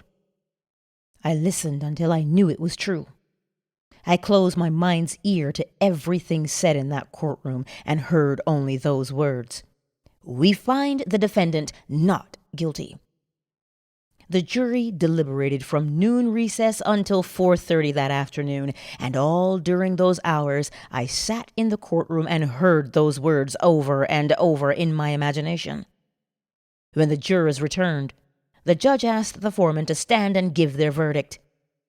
The foreman stood up and said, "We find the defendant not guilty." Mrs. G.R. If there were dreams to sell, what would you buy? Thomas Lovell Beddoes, Dream Peddlery. Would you not buy your wish fulfilled? Your dreams are without price and without money. By locking up the jury in her imagination, hearing only what she wanted to hear, she called the jury to unanimity on her behalf. imagining being the reality of all that exists. With it, the lady achieved her wish fulfilled. Hebel's statement that the poet creates from contemplation is true of imaginists as well. They know how to utilize their video-audio hallucinations to create reality. Nothing is so fatal as conformity. We must not allow ourselves to be grit about by the ringed fixity of fact. Change the image and thereby change the fact. R.O. employed the art of seeing and feeling to create her vision in imagination. A year ago, I took my children to Europe, leaving my furnished apartment in the care of my maid. When we returned a few months later to the United States, I found my maid and all my furniture gone. The apartment superintendent stated that the maid had had my furniture moved by my request. Well, there was nothing I could do at the moment, so I took my children and moved into a hotel. I, of course, reported the incident to the police and also bought in private detectives on the case. Both organizations investigated every moving company and every storage warehouse in New York City, but to no avail. There seemed to be absolutely no trace of my furniture, nor of my maid. Having exhausted all outside sources, I remembered your teaching and decided I would try using my imagination in this matter. So, while seated in my hotel room, I closed my eyes and imagined myself in my own apartment, sitting in my favorite chair and surrounded by all of my personal furnishings. I looked across the living room at the piano on which I kept pictures of my children. I would continue to stare at my piano until the entire room became vividly real to me. I could see my children's pictures and actually feel the upholstery of the chair in which, in my imagination, I sat. The next day, as I came out of my bank, I turned to walk in the direction of my vacant apartment instead of toward my hotel. When I reached the corner, I discovered my mistake and was just about to turn back when my attention was drawn to a very familiar pair of ankles. Yes, the ankles belonged to my maid. I walked up to her and took hold of her arm. She was quite frightened, but I assured her all I wanted from her was my furniture. I called a taxi, and she took me to the place in which her friends had stored my furnishings. In one day, my imagination had found what an entire big city police force and private investigators could not find in weeks. R.O. This lady knew of the secret of imagining before she called in the police. But imagining, in spite of its importance, was forgotten owing to attention being fixed on facts. However, what reason fail to find by force, imagining found without effort? Nothing merely goes on, including the sense of loss, without its imaginal support. By imagining that she was seated in her own chair, in her own living room, surrounded by all of her own furnishings, she withdrew the imaginal support she had given to her sense of loss, and by this imaginal change, she recovered her lost furniture and re-established her home. Your imagination is most creative when you imagine things as you desire them to be, building a new experience out of a dream of fancy. To build such a dream of fancy in her imagination, F.G. brought to play all of her senses: sight, sound, touch, smell, even taste. This is her story. Since childhood, I have dreamed of visiting faraway places. The West Indies, particularly, fired my fancy, and I would revel in the feeling of actually being there. Dreams are wonderfully inexpensive, and as an adult, I continued to dream my dreams, for I had no money or time to make them come true. Last year, I was taken to the hospital in need of surgery. I had heard your teaching, and while recuperating, had decided to intensify my favorite daydream while I had time on my hands. I actually wrote to the Alcoa steamship line asking for free travel folders and pored over them, hour after hour, choosing the ship and the stateroom and the 7 ports I desired most to see. I would close my eyes, and in my imagination would walk up the gangplank of that ship and feel the movement of water as the great liner pushed its way into free ocean. I heard the thud of waves breaking against the sides of the ship, felt the steaming warmth of a tropical sun on my face, and smelled and tasted salt in the air as we all sailed through blue waters. For 1 solid week, confined to a hospital bed, I lived the free and happy experience of actually being on that ship. Then, the day before my release from the hospital, I tucked the colored folders away and forgot them. 2 months later, I received a telegram from an advertising agency telling me I had won a contest. I remembered having deposited a contest coupon some months before in a neighborhood supermarket, but had completely forgotten the act. I had won first prize, and wonder of wonders, it entitled me to a Caribbean cruise sponsored by the Alcoa Steamship Line. But the wonder didn't stop there. The very stateroom I had imaginatively lived in and moved about in while confined to a hospital bed had been assigned to me. And to make an unbelievable story even more unbelievable, I sailed on the one ship I had chosen, which stopped in not one, but all of the 7 ports I had desired to visit. F.G. To travel is the privilege not of the rich, but of the imaginative. Stephen Baron Stanton, The Essential Life, 1908. Chapter 7. Moods. This is an age in which the mood decides the fortunes of people, rather than the fortunes decide the mood. Sir Winston Churchill. Men regard their moods far too much as effects, and not sufficiently as causes. Moods are imaginal activities without which no creation is possible. We say that we are happy because we have achieved our goal. We do not realize that the process works equally well in the reverse direction, that we shall achieve our goal because we have assumed the happy feeling of the wish fulfilled. Moods are not only the result of the conditions of our life, they are also the causes of those conditions. In The Psychology of Emotions, Professor Ribot writes, "An idea which is only an idea produces nothing and does nothing. It only acts if it is felt, if it is accompanied by an effective state, if it awakens tendencies, that is to say, motor elements." The lady in the following story so successfully felt the feeling of her wish fulfilled. She made her mood the character of the night, frozen in a delightful dream. Most of us read and love fairy stories, but we all know that stories of improbable riches and good fortune are for the delight of the very young. But are they? I want to tell you of something unbelievably wonderful that happened to me through the power of my imagination, and I am not young in years.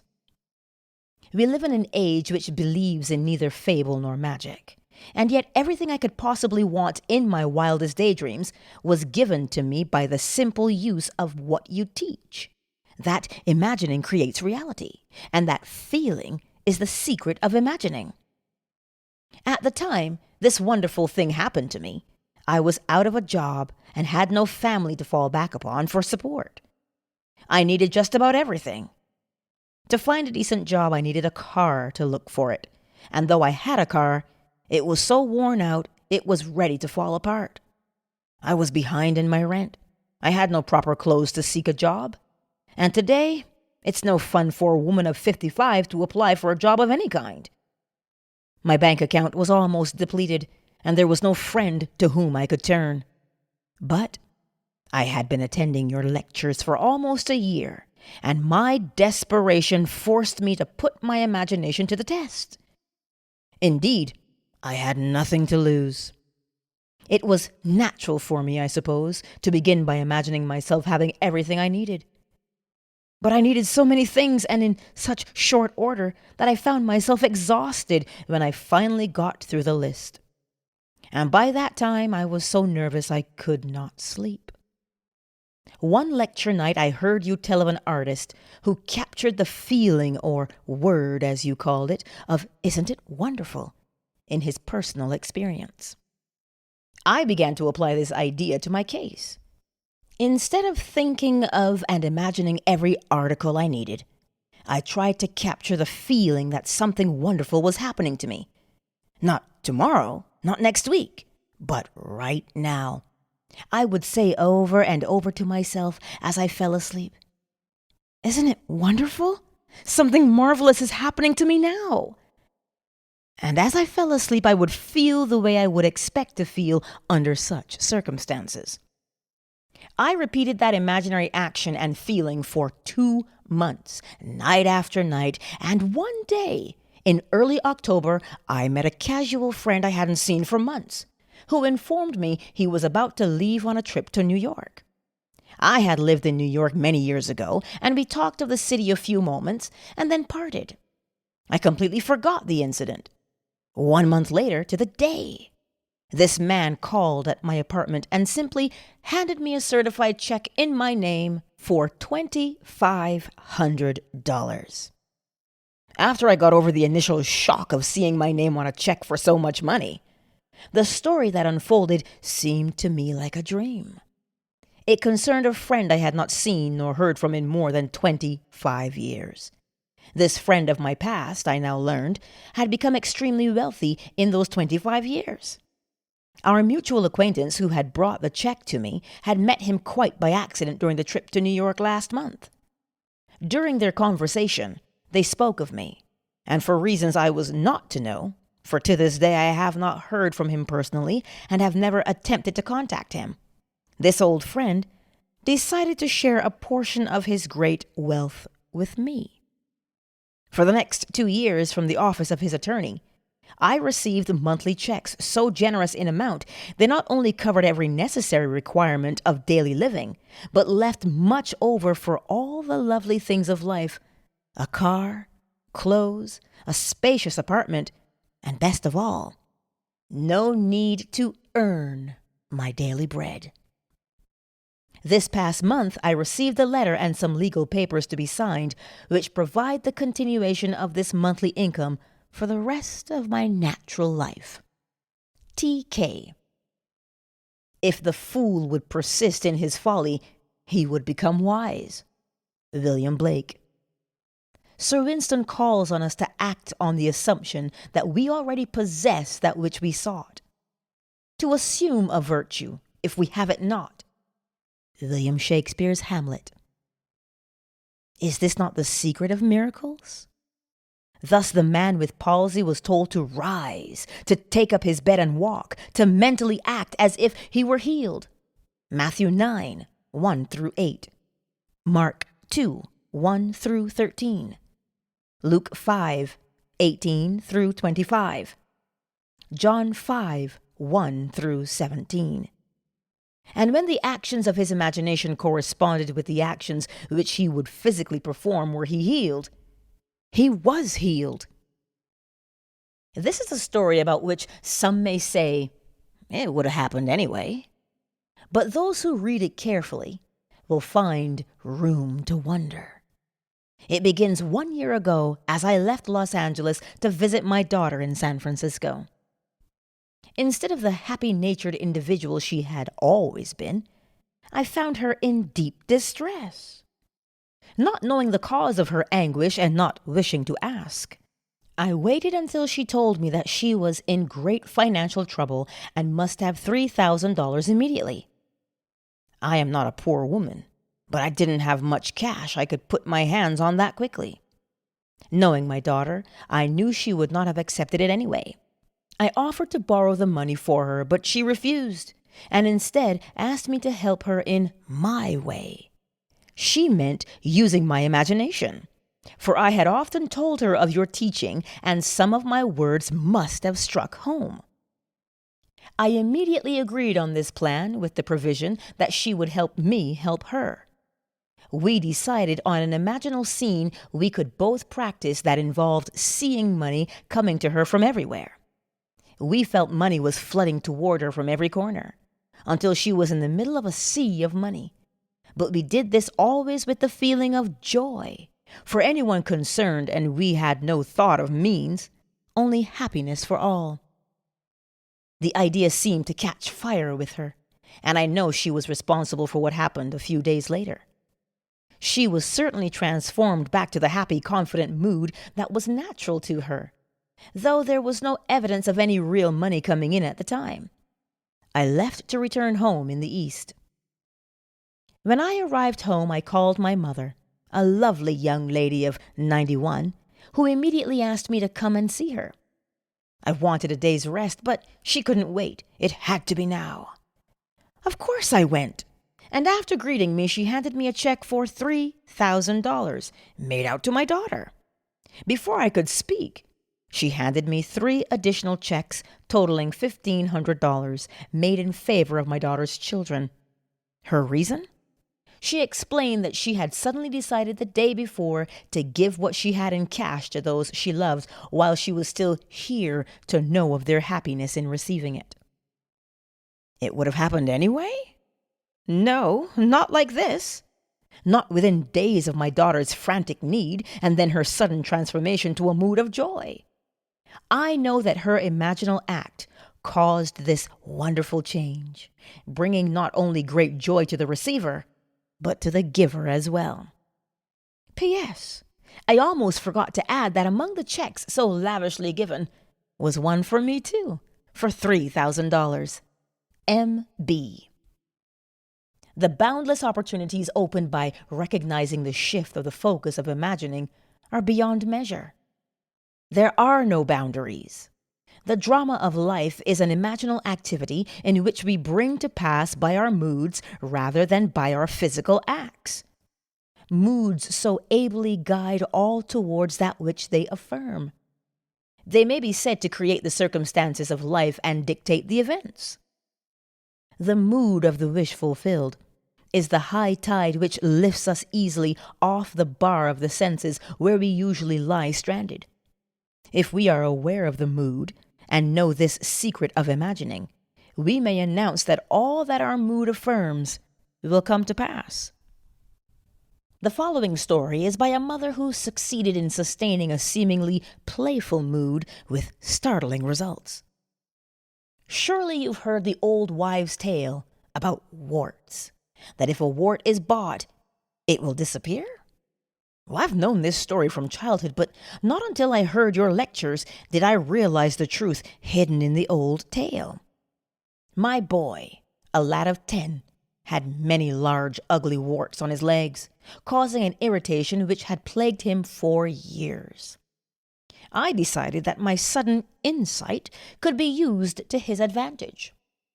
A boy has a lot of faith in his mother as a rule, so I asked him if he would like to be rid of his warts. He quickly said yes, but he did not want to go to a doctor. I asked him to play a little game with me, that I would pay him a sum of money for each wart. Well, this suited him fine. He said he didn't see how he could lose. We arrived at a fair price, he thought, and then I said, "Now I'm paying you good money for those warts. They no longer belong to you. You never keep property belonging to someone else, so you can no longer keep those warts. They will disappear. It may take a day, 2 days, or a month, but remember that I've bought them and they belong to me." My son was delighted with our game, and the results sound like something read in old musty books on magic. But believe me, within 10 days the warts began to fade, and at the end of 1 month, every wart on his body had completely disappeared. There is a sequel to this story, for I've bought warts from many people. They, too, thought it great fun and accepted my 5, 7, or 10 cents a wart. In each case, the wart disappeared. But really, only one person believes me when I tell him his imagination alone took away the warts. That person is my young son, J.R. Man imagining himself into a mood takes on himself the results of the mood. If he does not imagine himself into the mood, he is ever free of the result. The great Irish mystic A.E. George William Russell wrote in The Candle of Vision, "I became aware of a swift echo or response to my own moods in circumstance which had seemed hitherto immutable in its indifference. I could prophesy from the uprising of new moods in myself that I, without search, would soon meet people of a certain character, and so I met them. Even inanimate things were under the sway of these affinities. But man need not wait for the uprising of new moods in himself. He can create happy moods at will." Chapter 8. Through the Looking Glass. "A man that looks on glass, on it may stay his eye. Or if he pleaseth, through it pass, and then the heaven espy." George Herbert, The Elixir. Objects to be perceived must first penetrate in some manner our brain, but we are not, because of this, interlocked with our environment. Although normal consciousness is focused on the senses and is usually restricted to them, it is possible for man to pass through his sense fixation into any imaginal structure which he conceives, and so fully occupies it that it is more alive and more responsive than that on which his senses stay his eye. If it were not true, man would be an automaton reflecting life, never affecting it. Man, who is all imagination, is not tenant to the brain, but landlord. He need not rest content with the appearance of things. He can go beyond perceptual to conceptual awareness. This ability to pass through the mechanical reflective structure of the senses is the most important discovery man can make. It reveals man as a center of imagining with powers of intervention which enable him to alter the course of observed events, moving from success to success through a series of mental transformations in himself. Attention, the spearhead of imagining, may be either attracted from without as his senses stay his eye, or directed from within, if he pleases, and through the senses pass into the wish fulfilled. To move from perceptual awareness, or things as they seem, to conceptual awareness, or things as they ought to be, we imagine as vivid and as lifelike a representation as possible of what we would see, hear, and do were we physically present and physically experiencing things as they ought to be, and imaginatively participate in that scene. The following story tells us of one who went through the glass and broke the chains that bound her. 2 years ago, I was taken to the hospital with a serious blood clot condition which apparently had affected the entire vascular system, causing hardening of arteries and arthritis. A nerve in my head was damaged, and my thyroid enlarged. Doctors could not agree on the cause of this condition, and all their treatments were completely ineffective. I was forced to give up my every enjoyable activity and remain in bed most of the time. My body, from hips to toes, felt as though it was encased and bound by tight wires, and I couldn't put my feet on the floor without wearing heavy hip-length elastic stockings. I knew something of your teaching, and tried very hard to apply what I had heard, but as my condition grew worse, and I could no longer attend any of your lectures, my despondency grew deeper. One day, a friend sent me a postcard picturing the scene of a lovely beach by the ocean. The picture was so beautiful I looked and looked at it, and began to remember past summer days at the seashore with my parents. For a moment the postcard picture seemed to become animated, and flooding memories of myself running free on the beach filled my mind. I felt the impact of my bare feet against the hard, wet sand. I felt the icy water running over my toes and heard the crash of waves breaking on shore. This imaginal activity was so satisfying to me as I lay in bed that I continued to imagine this wonderful scene day after day for about 1 week. One morning, I moved from my bed to a couch and had started to sit up when I was seized with such an excruciating pain my entire body became paralyzed. I could neither sit up nor lie down. This terrible pain lasted for more than a full minute. But when it stopped, I was free. It seemed as if all the wires binding my legs had been cut. One moment I was bound, the next moment I was free. Not by degrees, but instantly. VH. We walk by faith, not by sight. 2 Corinthians 5:7. When we walk by sight, we know our way by objects which our eyes see. When we walk by faith, we order our life by scenes and actions which only imagination sees. Man perceives by the eye of imagination or by sense. But two mental attitudes to perception are possible: the creative imaginative effort which meets with an imaginative response, or the unimaginative staying of the eye, which merely reflects. Man has within him the principle of life and the principle of death. One is the imagination building its imaginal structures out of the generous dreams of fancy. The other is the imagination building its imaginal structures from images reflected by the chill wind of fact. One creates, the other perpetuates.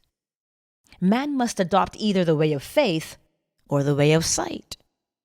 To the extent that man builds from dreams of fancy, he is alive, and therefore the development of the faculty to pass through the reflective glass of the senses is an increase of life.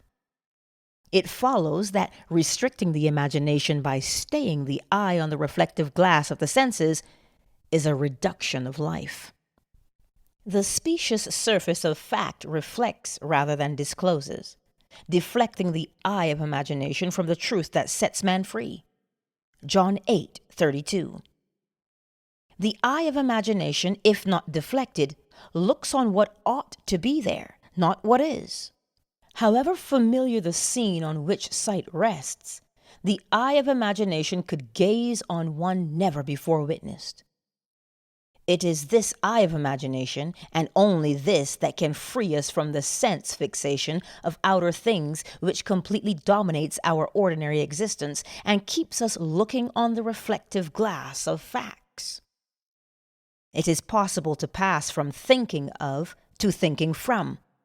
But the crucial matter is thinking from, i.e., experiencing the state, for that experience means unification, whereas in thinking of there is always subject and object, the thinking individual and the thing thought of. Self-abandonment, that is the secret. We have to abandon ourselves to the state, in our love for the state, and in so doing, live the life of the state and no more our present state. Imagination seizes upon the life of the state and gives itself to the expression of the life of that state. Faith plus love is self-commission. We cannot commit ourselves to what we do not love. Never would you have made anything if you had not loved it. For you love all the things that are, and despise nothing which you have made. For never would you have made anything if you hated it. Book of Wisdom 11:24. And to make the state alive, one must become it. I live, yet not I. God lives in me, and the life I now live in the flesh, I live by the faith of God, who loved me and gave himself for me.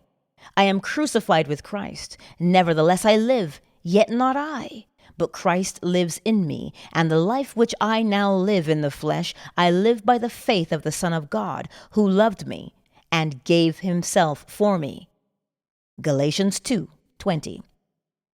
God loved man, his created, and became man in faith, that this act of self-commission would transform the created into the creative. We must be imitators of God as dear children, Ephesians 5:1, and commit ourselves to what we love, as God who loved us committed himself to us. We must be the state to experience the state.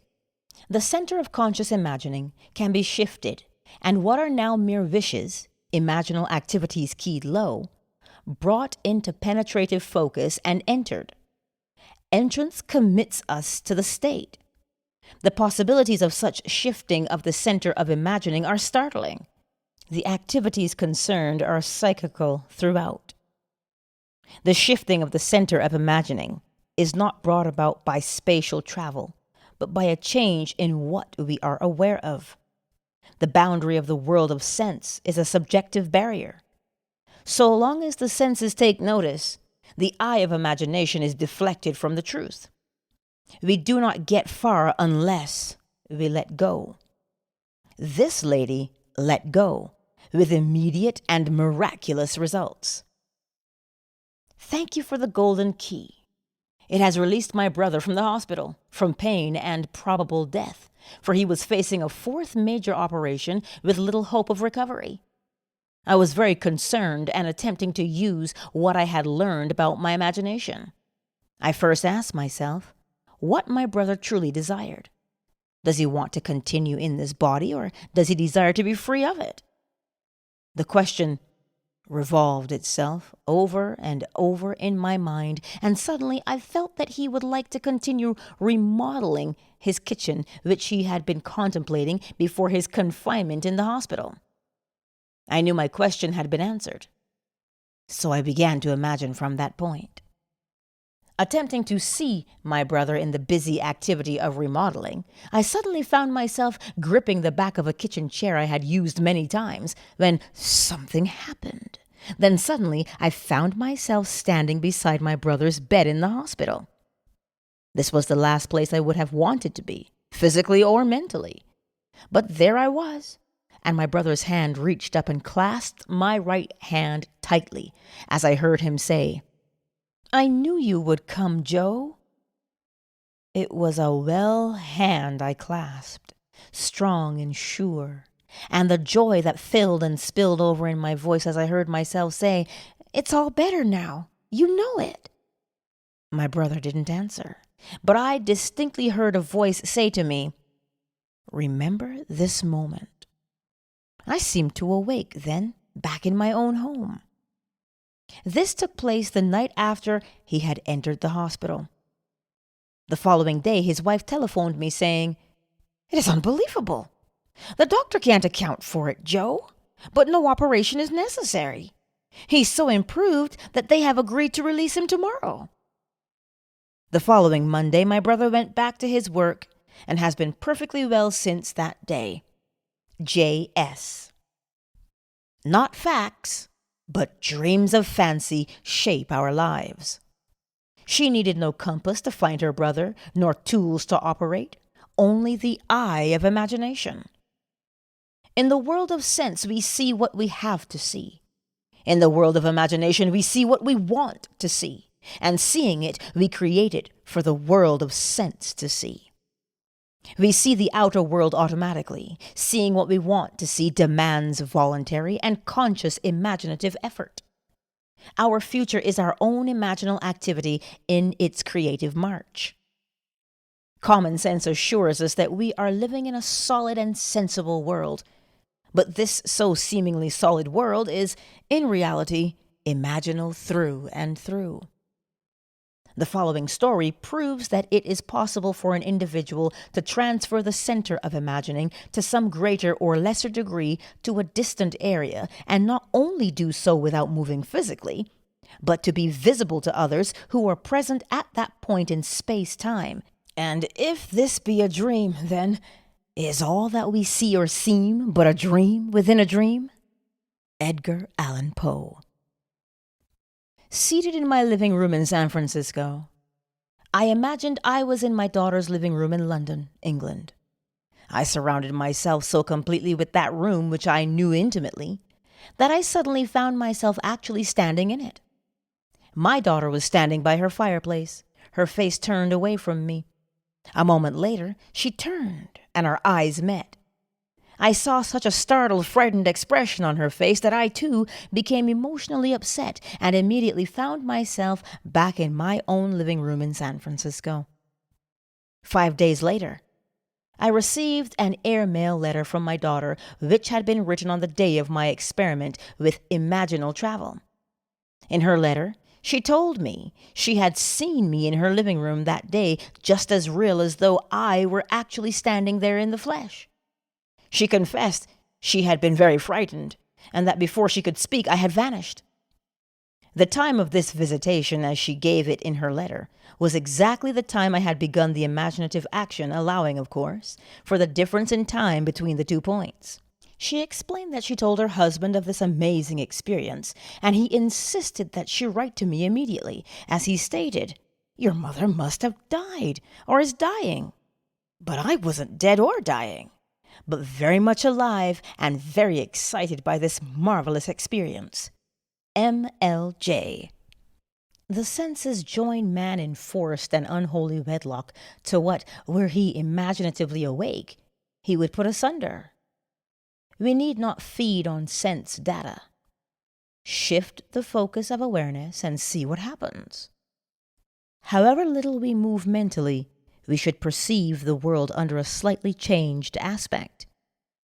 Awareness is usually moved about in space by movement of the physical organism, but it need not be so restricted. It can be moved by a change in what we are aware of. Man is manifesting the power of imagination, whose limits he cannot define.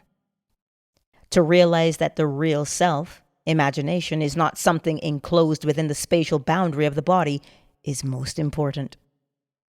The foregoing story proves that when we meet a person in the flesh, that his real self need not be present in space where his body is. It also shows that sense perception can be thrown into operation outside of the normal physical means, and that the sense data produced is of the same kind as those which occur in normal perception. The idea in the mother's mind, which started the whole process going, was the very definite idea of being in the place where her daughter lived. And if the mother really were in that place, and if the daughter were present, then she would have to be perceptible to her daughter. We can only hope to understand this experience in imaginal and not in mechanical or materialistic terms. The mother imagined elsewhere as being here. London was just as here to her daughter living there as San Francisco was here to the mother living there. It hardly ever crosses our minds that this world might be different in essence from what common sense tells us it so obviously is. Blake writes, "I question not my corporeal or vegetative eye any more than I would question a window concerning a sight. I look through it, and not with it." This looking through the eye not only shifts consciousness to other parts of this world, but to other worlds as well. Astronomers must wish they knew more of this, looking through the eye, this mental traveling that mystics practice so easily. I traveled through a land of men and women too, and heard and saw such dreadful things as cold earth wanderers never knew. William Blake, The Mental Traveler. Mental traveling has been practiced by awakened men and women since the earliest days. Paul states, "I know a man in Christ who 14 years ago was caught up to the third heaven. Whether in the body or out of the body, I do not know. God knows."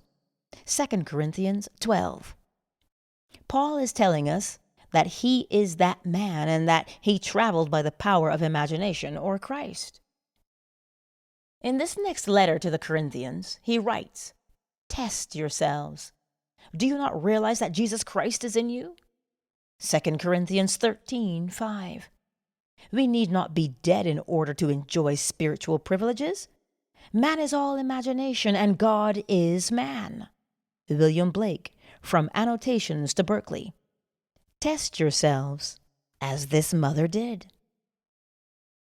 Sir Arthur Eddington said that all we have a right to say of the external world is that it is a shared experience. Things are more or less real according to the extent to which they are capable of being shared with others or with ourselves at another time.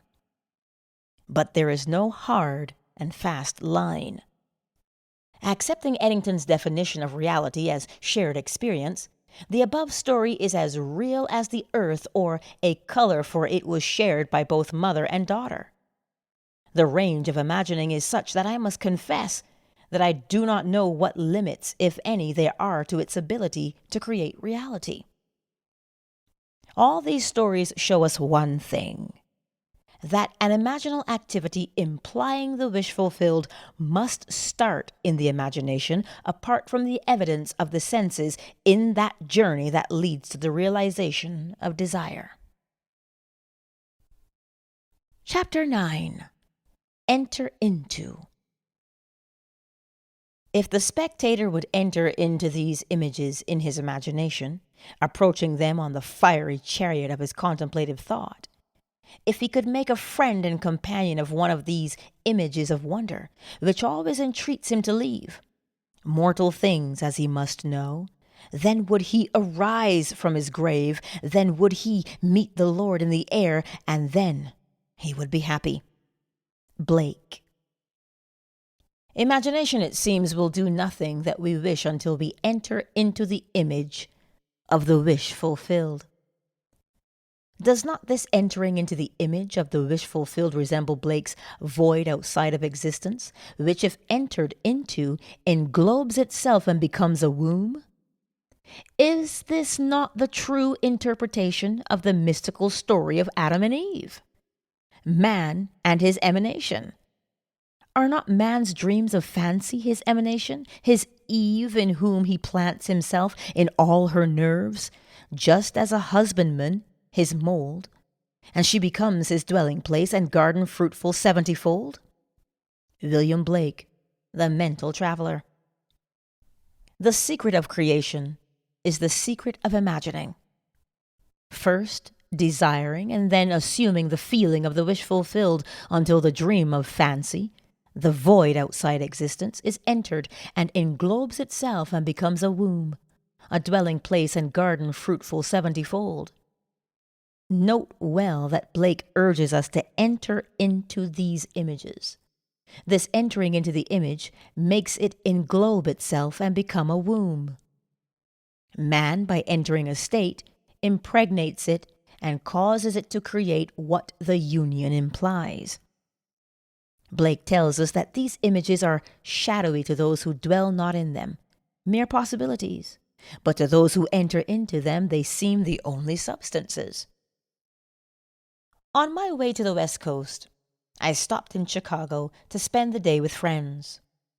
My host was recovering from a severe illness, and his doctor advised him to move to a one-story house.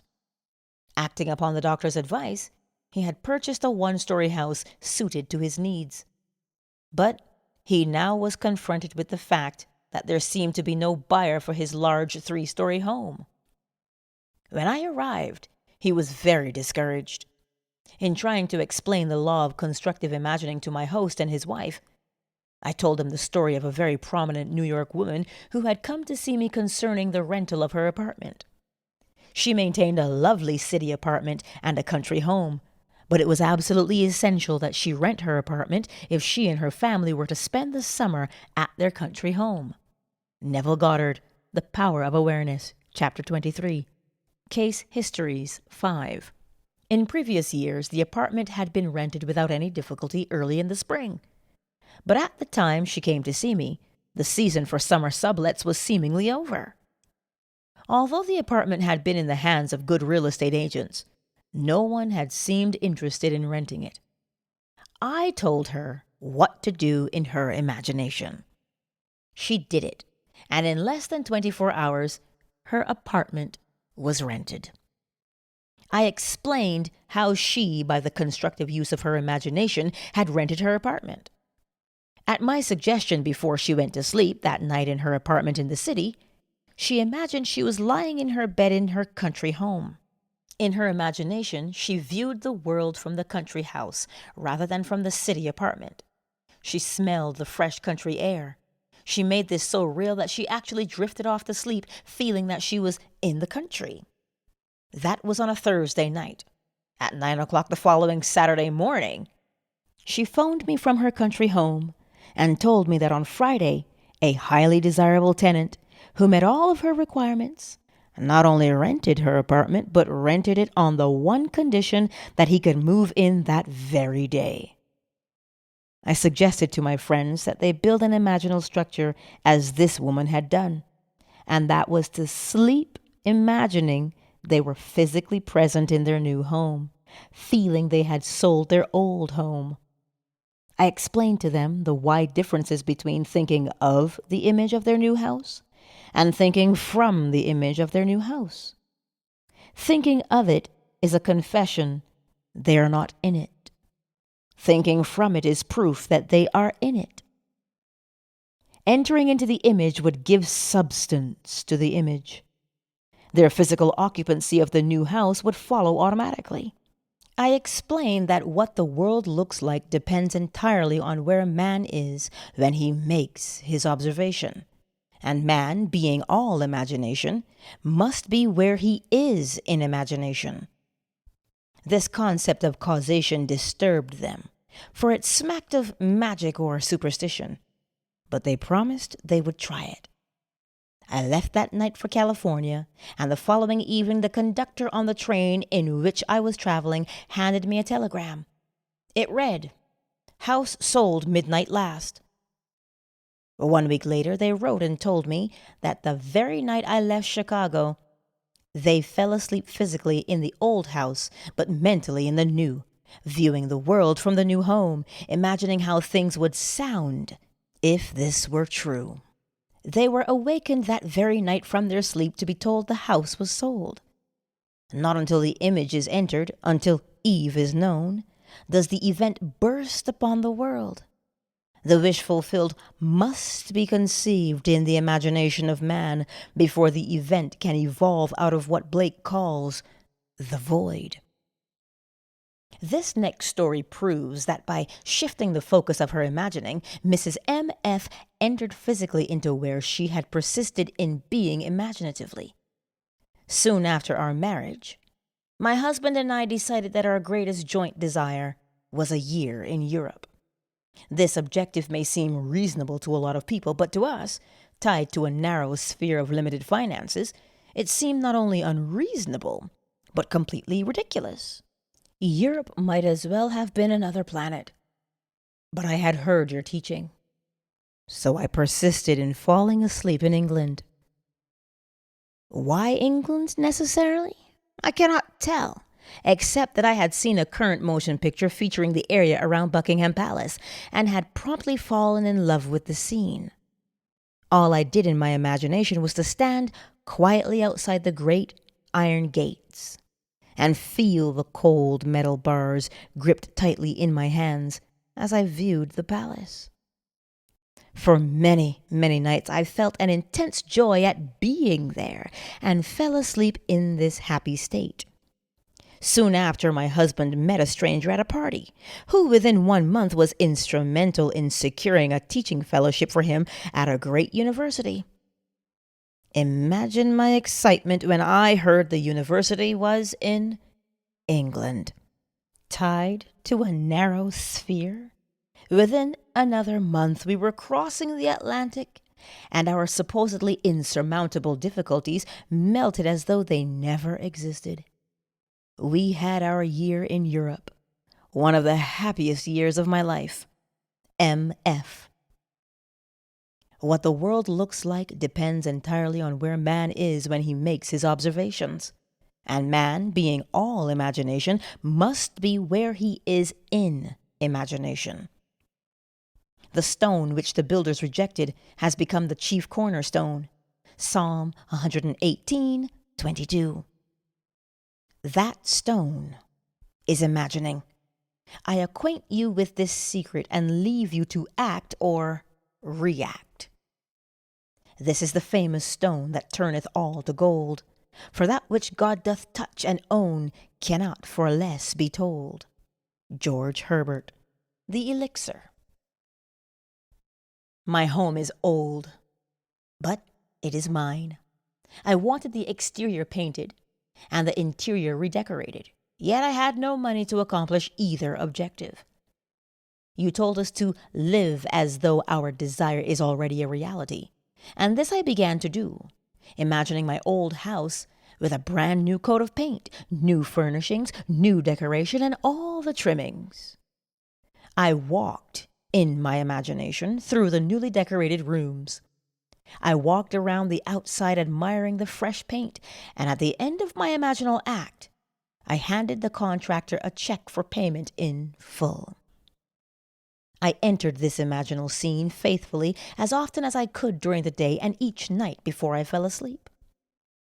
Within 2 weeks, I received the registered letter from Lloyd's of London, telling me I had inherited $7,000 from a woman I had never met.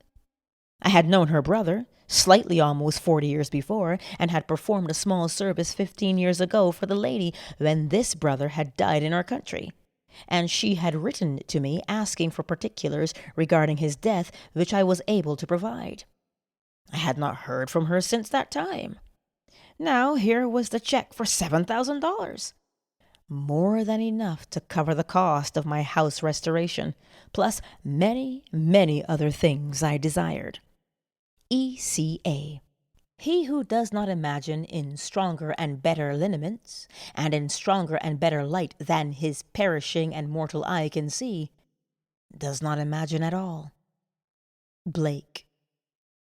Unless the individual imagines himself someone else or somewhere else, the present conditions and circumstances of his life will continue in being, and his problems recur, for all events renew themselves from his constant images. By him they were made, by him they continue in being, and by him they can cease to be. The secret of causation is in the assembled imagery. But a word of warning. The assemblage must have meaning. It must imply something, or it will not form the creative activity. The word. Chapter 10. Things which do not appear. What is seen was made out of things which do not appear. Hebrews 11:3. Human history, with its forms of governments, its revolutions, its wars, and in fact the rise and fall of nations, could be written in terms of the rise and fall of ideas implanted in the minds of men. Herbert Hoover. The secret of imagining is the greatest of all problems to the solution of which the mystic aspires. Supreme power, supreme wisdom, supreme delight lie in the far-off solution of this mystery.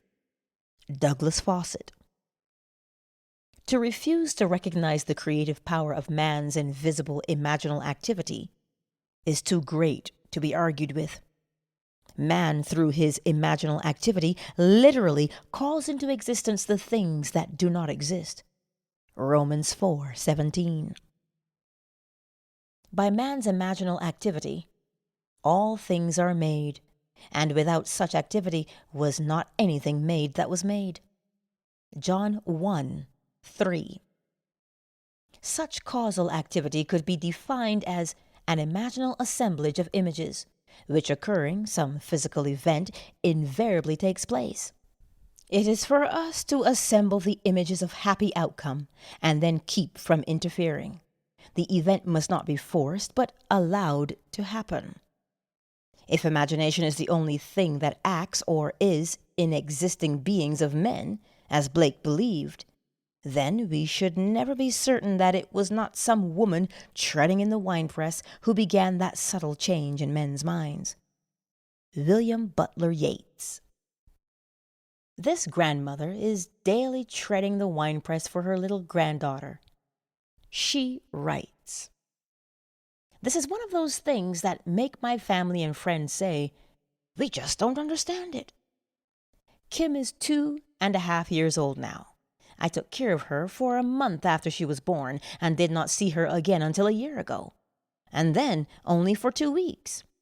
However, during this past year, every day I have taken her on my lap, in my imagination, and cuddled her and talked to her. In these imaginal acts I go over all the wonderful things about Kim. God is growing through me. God is loving through me, etc. At first, I would get the response of a very young child. When I started, "God is growing through me," she would reply, "Me?" Now, as I start, she completes the whole sentence. Another thing that has happened is, as the months have passed, as I take her in my imagination, on my lap, she has grown constantly larger and heavier. Kim hasn't even seen a picture of me in the past year. At the most, I could only be a name to her.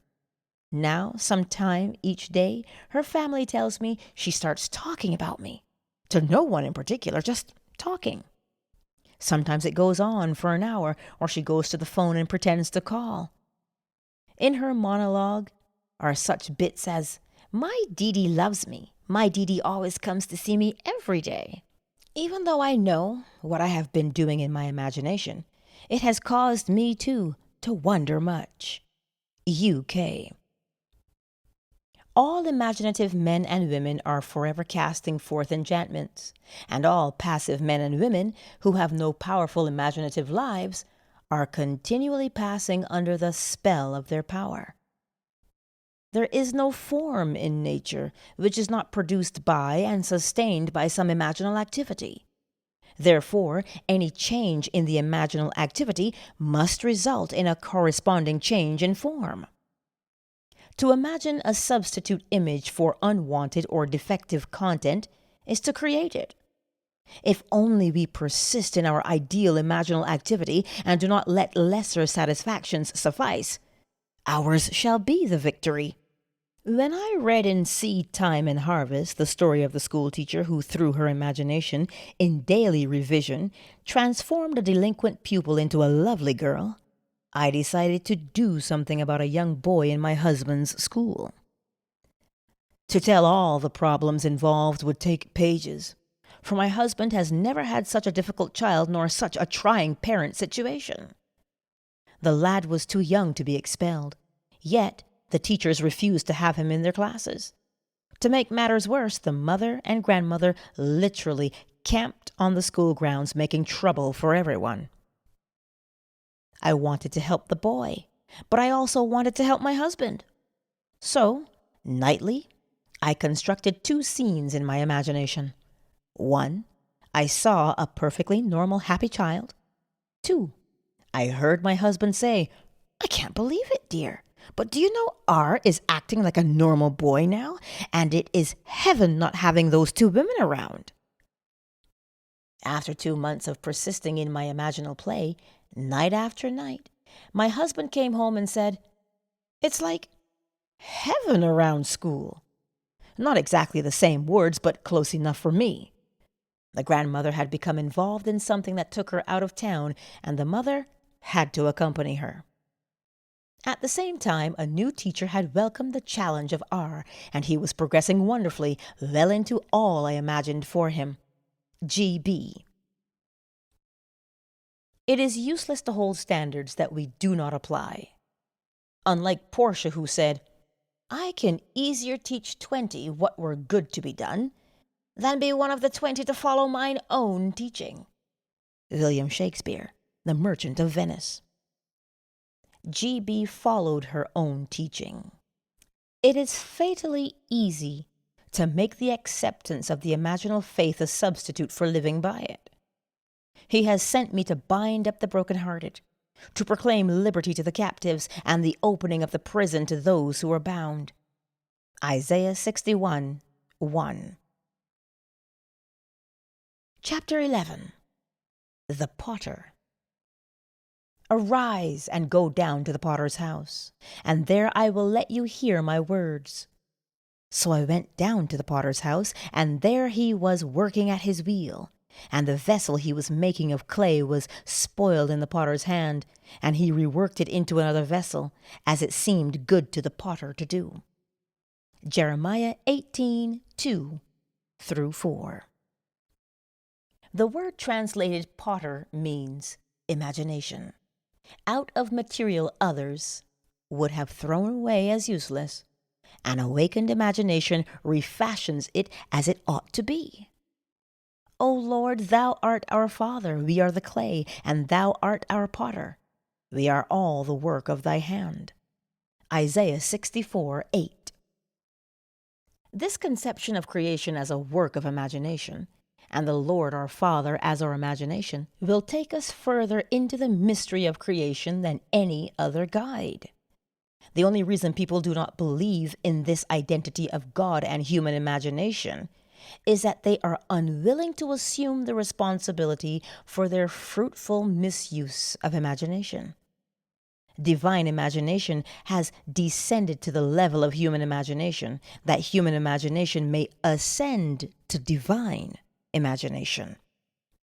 The 8th Psalm says that man was made a little lower than God, not a little lower than the angels, as the King James Version mistakenly translates it. Angels are the emotional dispositions of man and are therefore his servant and not his superior, as the author of Hebrews tells us, Hebrews 1:14. Imagination is the real man and is one with God.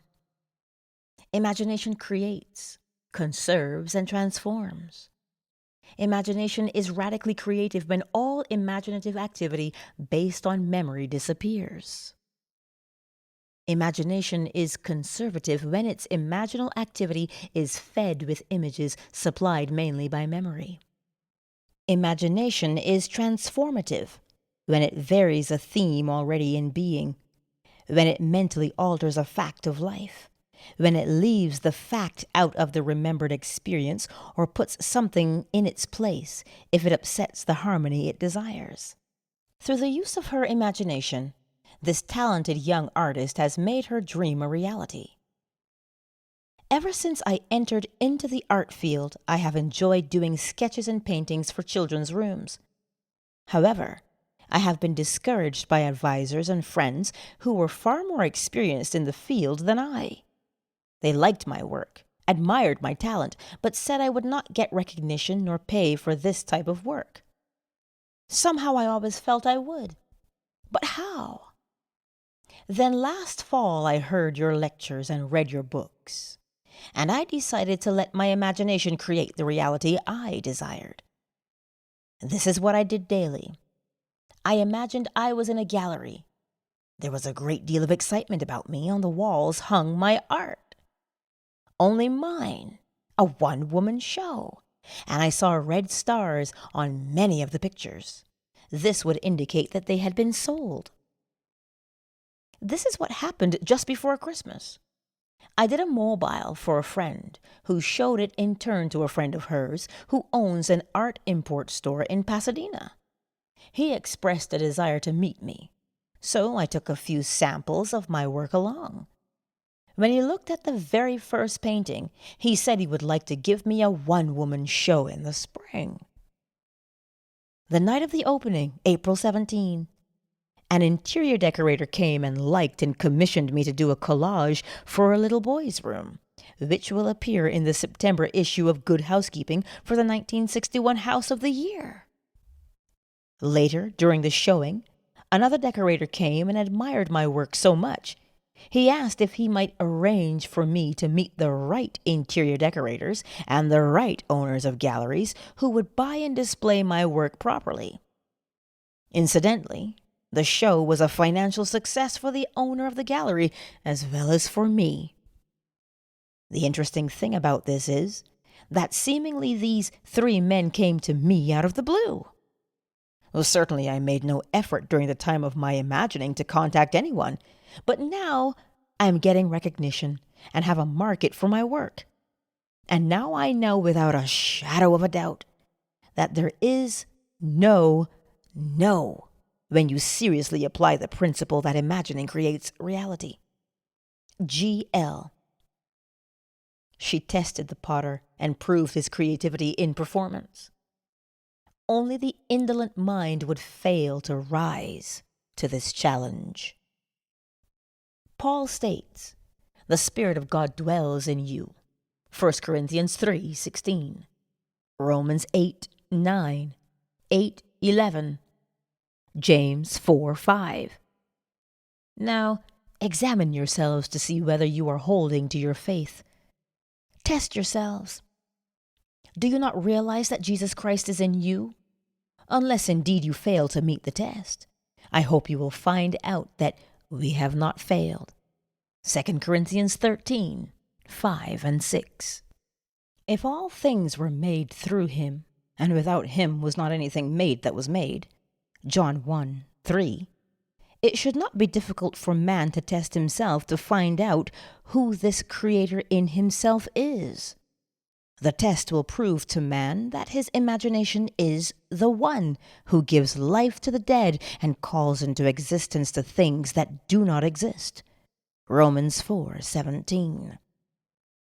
The potter's presence in us is inferred from what he does there. We cannot see him there as one, not ourselves. The nature of the potter, Jesus Christ, is to create, and there is no creation without him. Every recorded story in this book is just such a test as Paul asked the Corinthians to make. God really and truly exists in man, in every human being. God wholly becomes us. He is not our virtue, but our real selves, our imagination. The following illustrations from the mineral world may help us to see how supreme imagining and human imagining could be one and the same power and yet be vastly different in their creativity. Diamond is the world's hardest mineral. Graphite, used in lead pencils, is one of the softest. Yet both minerals are pure carbon. The vast difference in the properties of the two forms of carbon is believed to be caused by a different arrangement of the carbon atoms. But whether the difference is produced by a different arrangement of the carbon atoms or not, all agree that diamond and graphite are one substance, pure carbon. The purpose of life is the creative realization of desire. Man lacking desire could not exist efficiently in a world of continuous problems requiring continuing solutions. A desire is an awareness of something we lack or need to make life more enjoyable. Desires always have some personal gain in view. The greater the anticipated gain, the more intense the desire. There is no really unselfish desire. Even when our desire is for another, we are still seeking to gratify desire. To attain our desire, we should imagine scenes implying their fulfillment and enact the scene in our imagination, if only momentarily with a joy sufficiently felt within its limits to make it natural. It is like a child dressing up and playing queen. We must imagine we are what we would like to be. We must play it in imagination first, not as a spectator, as an actor. This lady imaginatively played queen by being where she wanted to be in her imagination. She was the true actor in this theater. My desire was to attend a matinee performance of a famous pantomimist currently playing in one of the largest theaters of our city. Because of the intimate nature of this art, I wanted to sit in the orchestra, but I didn't have even the price of a balcony ticket. The night I determined to have this pleasure for myself in my imagination, I fell asleep watching the wondrous performer. In my imaginal act, I sat in an orchestra center seat, heard the applause as the curtain rose and the artist came on stage, and I actually felt the intense excitement of this experience. The next day, the day of the matinee performance, my financial condition had not changed. I had exactly $1.37 in my purse. I knew I must use the dollar to buy gas for my car, which would leave me with 37 cents. But I also knew I had faithfully slept in the feeling of being at that performance, so I dressed myself for the theater. While changing articles from one purse to another, I found a dollar bill and 45 cents in change hidden in the pocket of my seldom-used opera purse.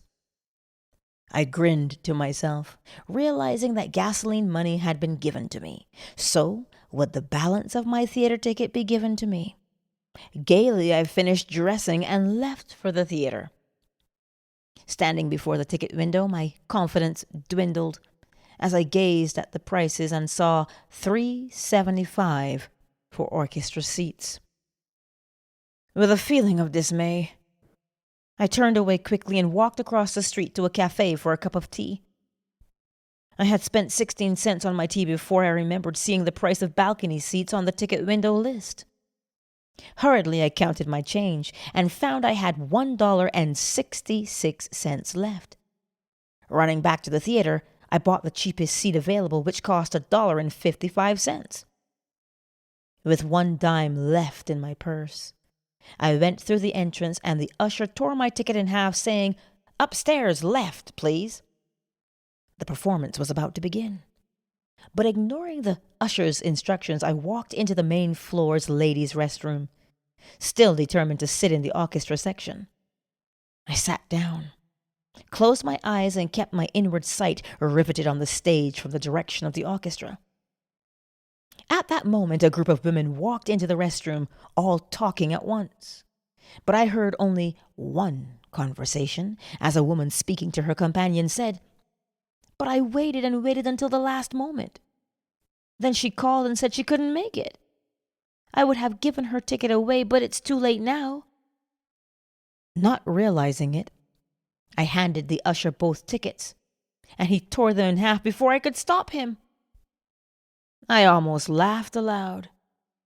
Getting up, I walked over to this lady and asked if I might use the extra ticket she had instead of the balcony seat I had bought. She was charming and kindly invited me to join her party. The ticket she handed me was for the orchestra section, center seat, 6 rows from the stage. I sat in that seat only moments before the curtain rose on a performance I had witnessed the night before from that seat in my imagination. J.R. We must actually be in imagination. It is one thing to think of the end, and another thing to think from the end. To think from the end, to enact the end, is to create reality. The inner actions must correspond to the actions we would physically perform after these things should be. Edward Thomas, The New House. To live wisely, we must be aware of our imaginal activity and see to it that it is faithfully shaping the end we desire. The world is clay. Our imagination is the potter. We should always imagine ends that are of value or promise well. He who desires but acts not breeds pestilence. William Blake. What's done flows from what's imagined. Outward forms reveal the imaginings of man. Man is the shuttle to whose winding quest and passage through these looms God ordered motion, but ordained no rest. Henry Vaughan. I run a small business, solely owned, and a few years ago it seemed that my venture would end in failure. For some months, sales had fallen steadily, and I found myself in a financial jam, along with thousands of other small businessmen, as this period spanned one of our country's minor recessions. I was badly in debt and needed at least $3,000 almost immediately. My auditors advised me to close my doors and try to salvage what I could. Instead, I turned to my imagination. I knew your teaching, but had never actually attempted to solve any problem in this manner. I was frankly skeptical of the entire idea that imagination can create reality, but I was also desperate, and desperation forced me to test your teaching. I imagined my office receiving $4,000 unexpectedly in remittances due. This money would have to come from new orders, as my accounts receivable were practically non-existent. But this seemed far-fetched, as I hadn't received this much in sales during the last 4 months or more. Nevertheless, I kept my imaginal picture of receiving this amount of money steadily before me for 3 days. Early the 4th morning, a customer I had not heard from in months called me on the telephone asking me to come and see him personally. I was to bring a quotation previously given him for machinery needed by his factory. The quotation was months old, but I dug it out of my files and lost no time in arriving at his office that day. I wrote out the order, which he signed, but I saw no immediate help for me in the transaction, as the equipment he wanted would take from 4 to 6 months for factory delivery, and of course my customer did not have to pay for it until delivered. I thanked him for the order and rose to leave. He stopped me at the door and handed me a check for a little over $4,000, saying, "I want to pay for the merchandise now in advance, for tax purposes, you know. You don't mind?" No, I didn't mind. I realized what had happened the moment I took that check into my hands. Within 3 days, my imaginal act had done for me what I hadn't been able to do in months of desperate financial shuffling. I know now that imagination could have brought $40,000 into my business just as easily as 4,000. LNC. O Lord, thou art our Father. We are the clay, and thou art our potter. We are all the work of thy hand. Isaiah 64:8. Chapter 12. Attitudes. Mental things are alone real, what is called corporeal. Nobody knows of its dwelling place. It is in fallacy, and its existence an imposture. Where is the existence out of mind or thought? Where is it but in the mind of a fool? Blake. Memory, though faulty, is adequate to the call for sameness. If we remember another as we have known him, we recreate him in that image, and the past will be recognized in the present. Imagining creates reality. If there is room for improvement, we should reconstruct him with new content. Visualize him as we would like him to be, rather than have him bear the burden of our memory of him. Everything possible to be believed is an image of truth. Blake. The following story is by one who believes that imagining creates reality, and acting on this belief, changed his attitude toward a stranger and bore witness to this change in reality. More than 20 years ago, when I was a green farm boy, newly arrived in Boston to attend school, a panhandler asked me for money for a meal. Although the money I had was pitifully insufficient for my own needs, I gave him what was in my pocket. A few hours later, the same man, by this time staggering drunk, stopped me again and asked for money. I was so outraged to think the money I could so ill afford had been put to such use. I made myself a solemn pledge that I would never again listen to the plea of a street beggar. Through the years I kept my pledge, but every time I refused anyone, my conscience needled me. I felt guilty even to the point of developing a sharp pain in my stomach, but I couldn't bring myself to unbend. The early part of this year, a man stopped me as I was walking my dog and asked for money so he could eat. True to the old pledge, I refused him. His manner was gracious, as he accepted my refusal. He even admired my dog and spoke of a family in New York State he knew that raised Cocker Spaniels. This time my conscience was really pricking me. As he went on his way, I determined to remake that scene as I wished it had been.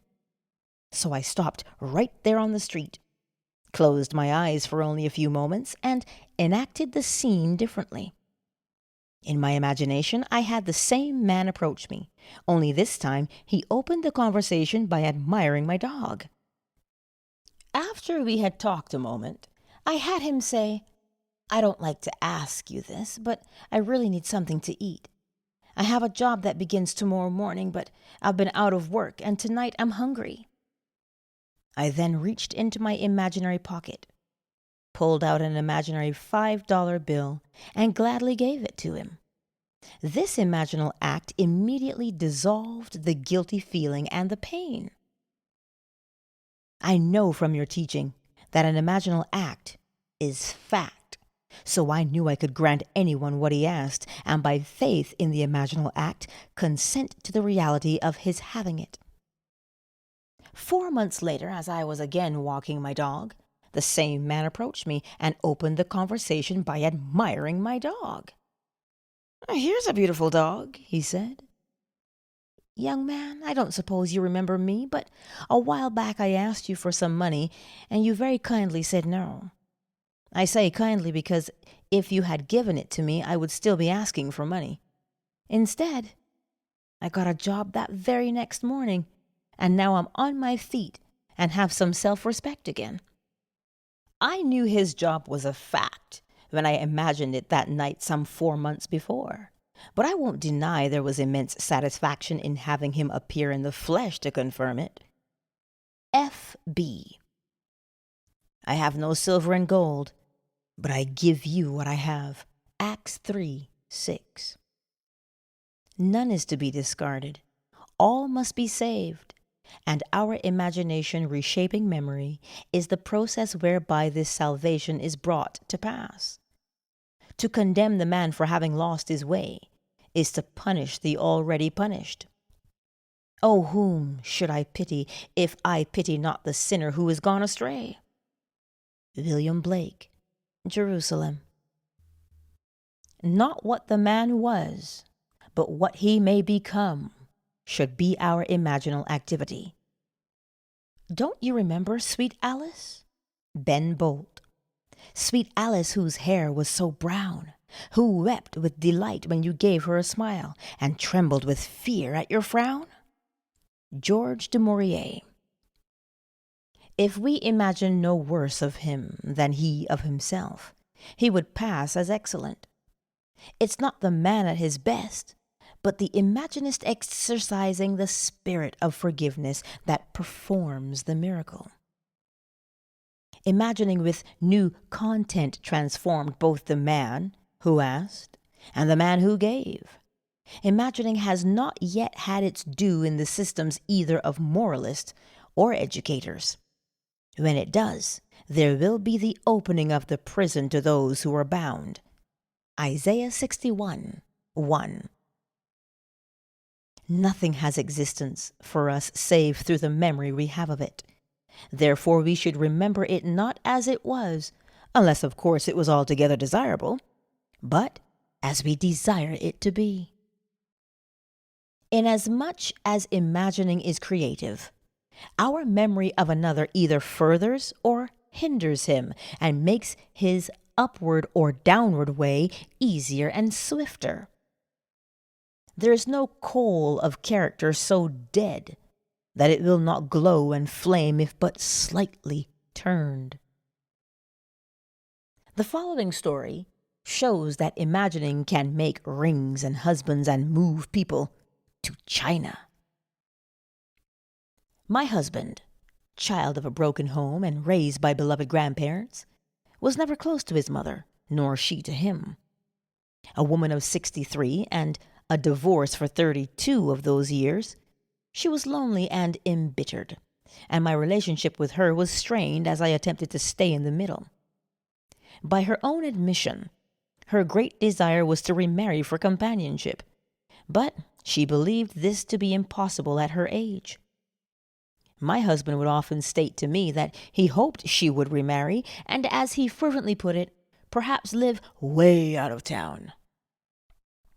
I had the same wish, and as I put it, perhaps move to China? Being wary of my personal motive for this wish, I knew I must change my feeling toward her in my imaginal drama, and at the same time give her what she wanted. I began by seeing her in my imagination as a completely changed personality, a happy, joyous woman, secure and contented in a new relationship.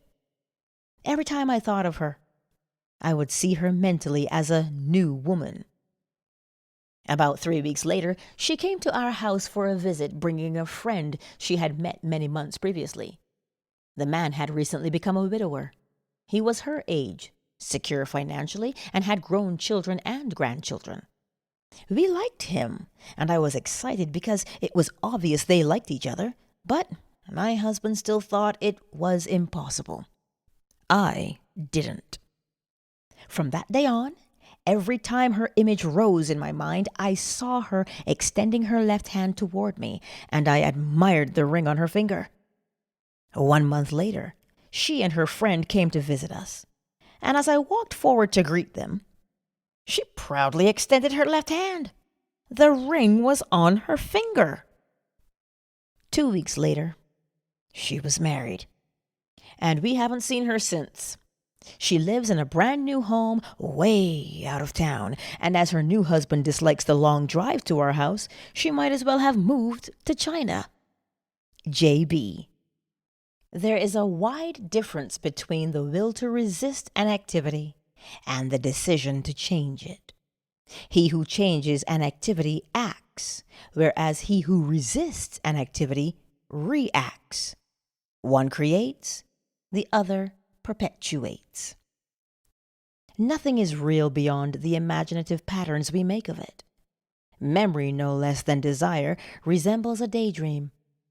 Why make it a daymare? Man can forgive only if he treats memory as a daydream and shapes it to his heart's desire. R.K. learned that we may rob others of their abilities by our attitudes toward them. He changed his attitude and thereby changed a fact. I am not a moneylender, nor am I in the investment business as such. But a friend and business acquaintance came to me for a substantial loan in order to expand his plant. Because of personal friendship, I granted the loan with reasonable interest rates and gave my friend the right of renewal at the end of 1 year.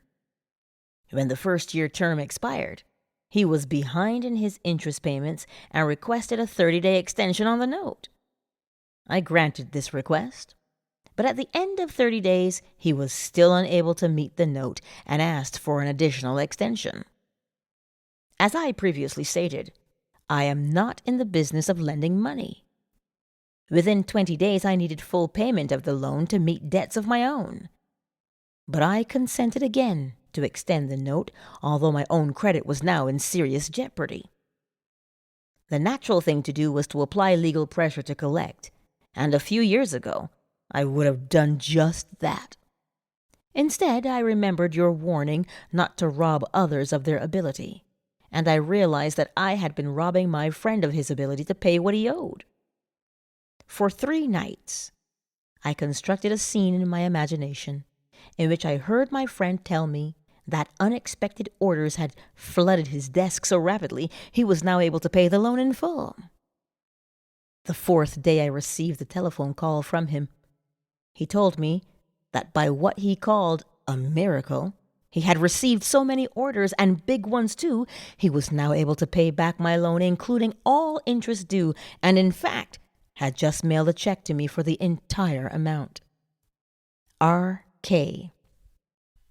There is nothing more fundamental to the secret of imagining than the distinction between imagining and the state imagined. Mental things are alone real. Everything possible to be believed is an image of truth. William Blake. Chapter 13. All Trivia. General knowledge is remote knowledge. It is in particulars that wisdom consists, and happiness too. Blake. We must use our imagination to achieve particular ends, even if the ends are all trivia. Because men do not clearly define and imagine particular ends, the results are uncertain, while they might be perfectly certain. To imagine particular ends is to discriminate clearly. How do we distinguish the oak from the beech, the horse from the ox, but by the bounding outline? William Blake, Human Form Divine. Definition asserts the reality of the particular thing against the formless generalizations which flood the mind. Life on earth is a kindergarten for image making. The bigness or littleness of the object to be created is not in itself important.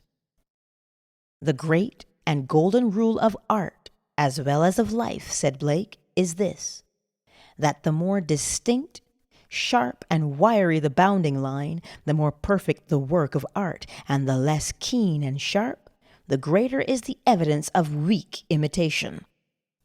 What is it that builds a house and plants a garden but the definite and determinate? Leave out this line and you leave out life itself.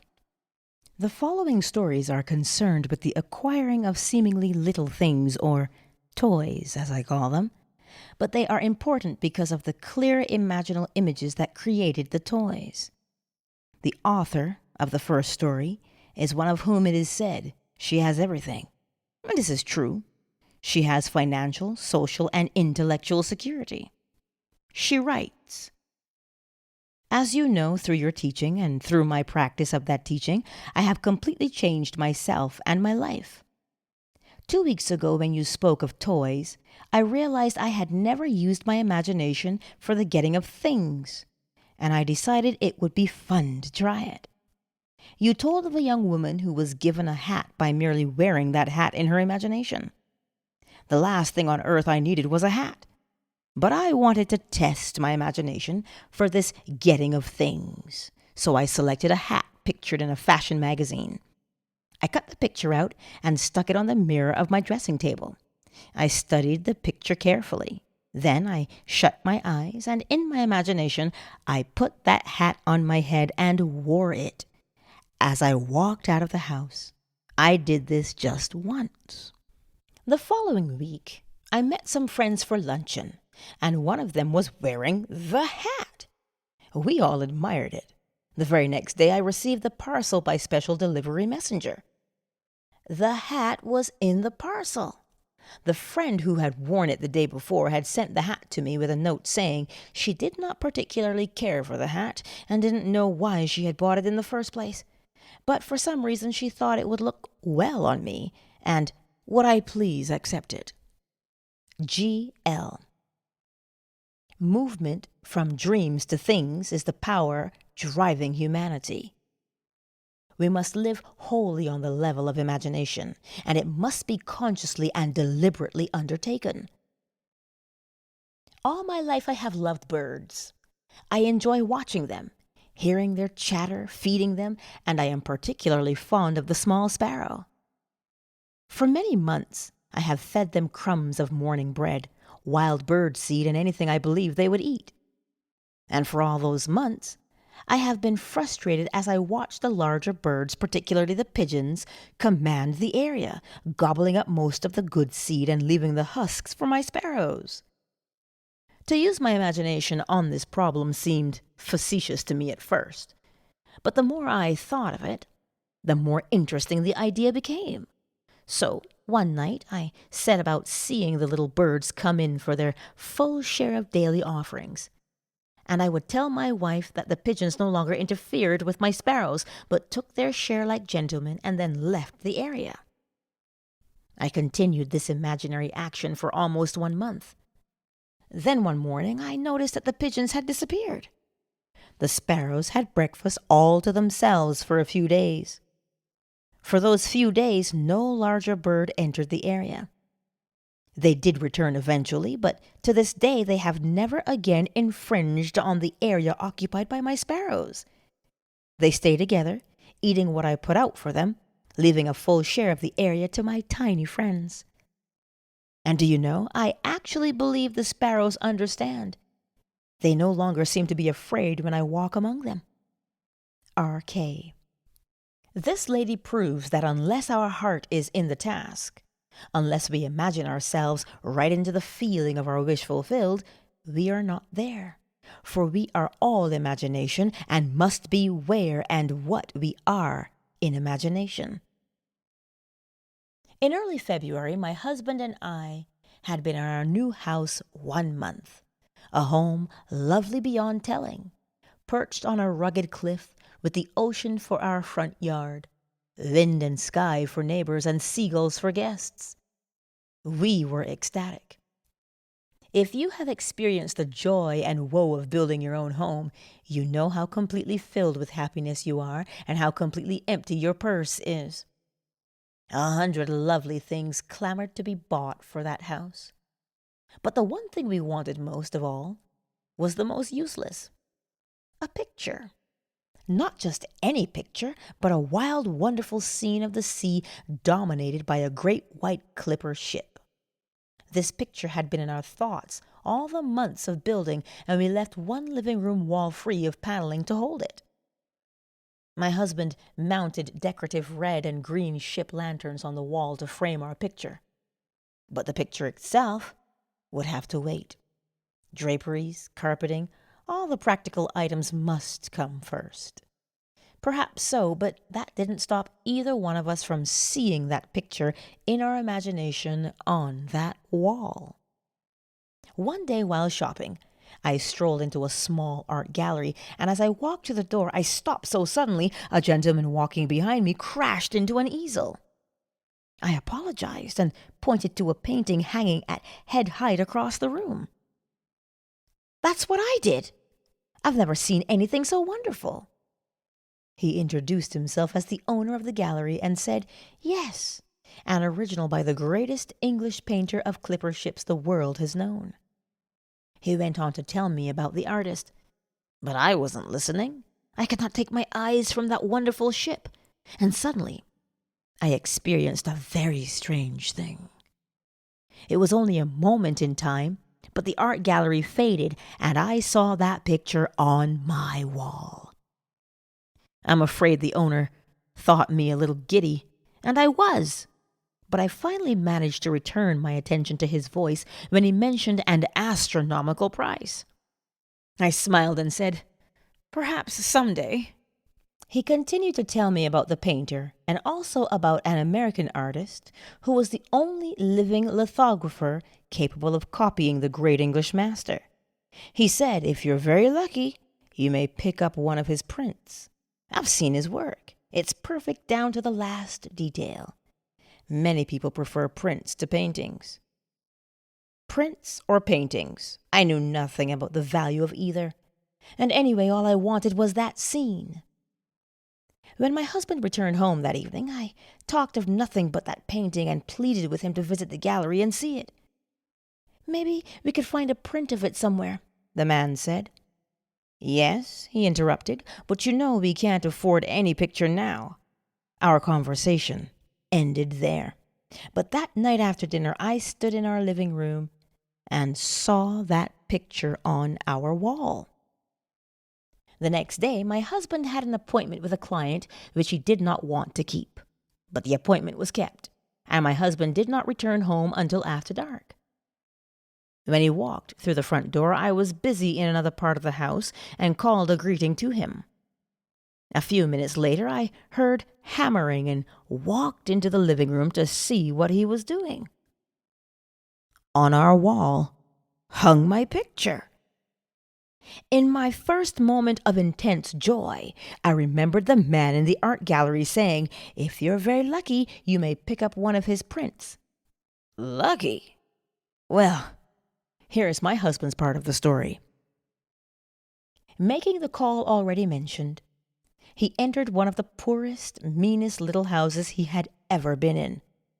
The client introduced himself and led my husband into a tiny, dark dining area where the two of them sat down at a bare table. As my husband put his briefcase on the tabletop, he looked up and saw the picture on a wall. He confessed to me he had conducted a very sloppy interview because he couldn't take his eyes from that picture. The client signed the contract and gave a check as down payment, which, as my husband believed at the time, was $10 short. Mentioning this fact to the client, he said the check given was every cent he could afford, but added, I've noticed your interest in that picture. It was here when I took this place. I don't know to whom it belonged, but I don't want it. If you'll put the $10 in for me, I'll give you the picture.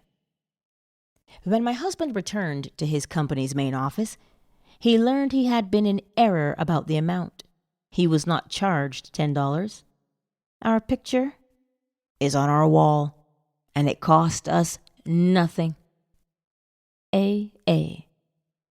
Of R.L., who writes the following letter, it must be said, "In faith, lady, you have a merry heart."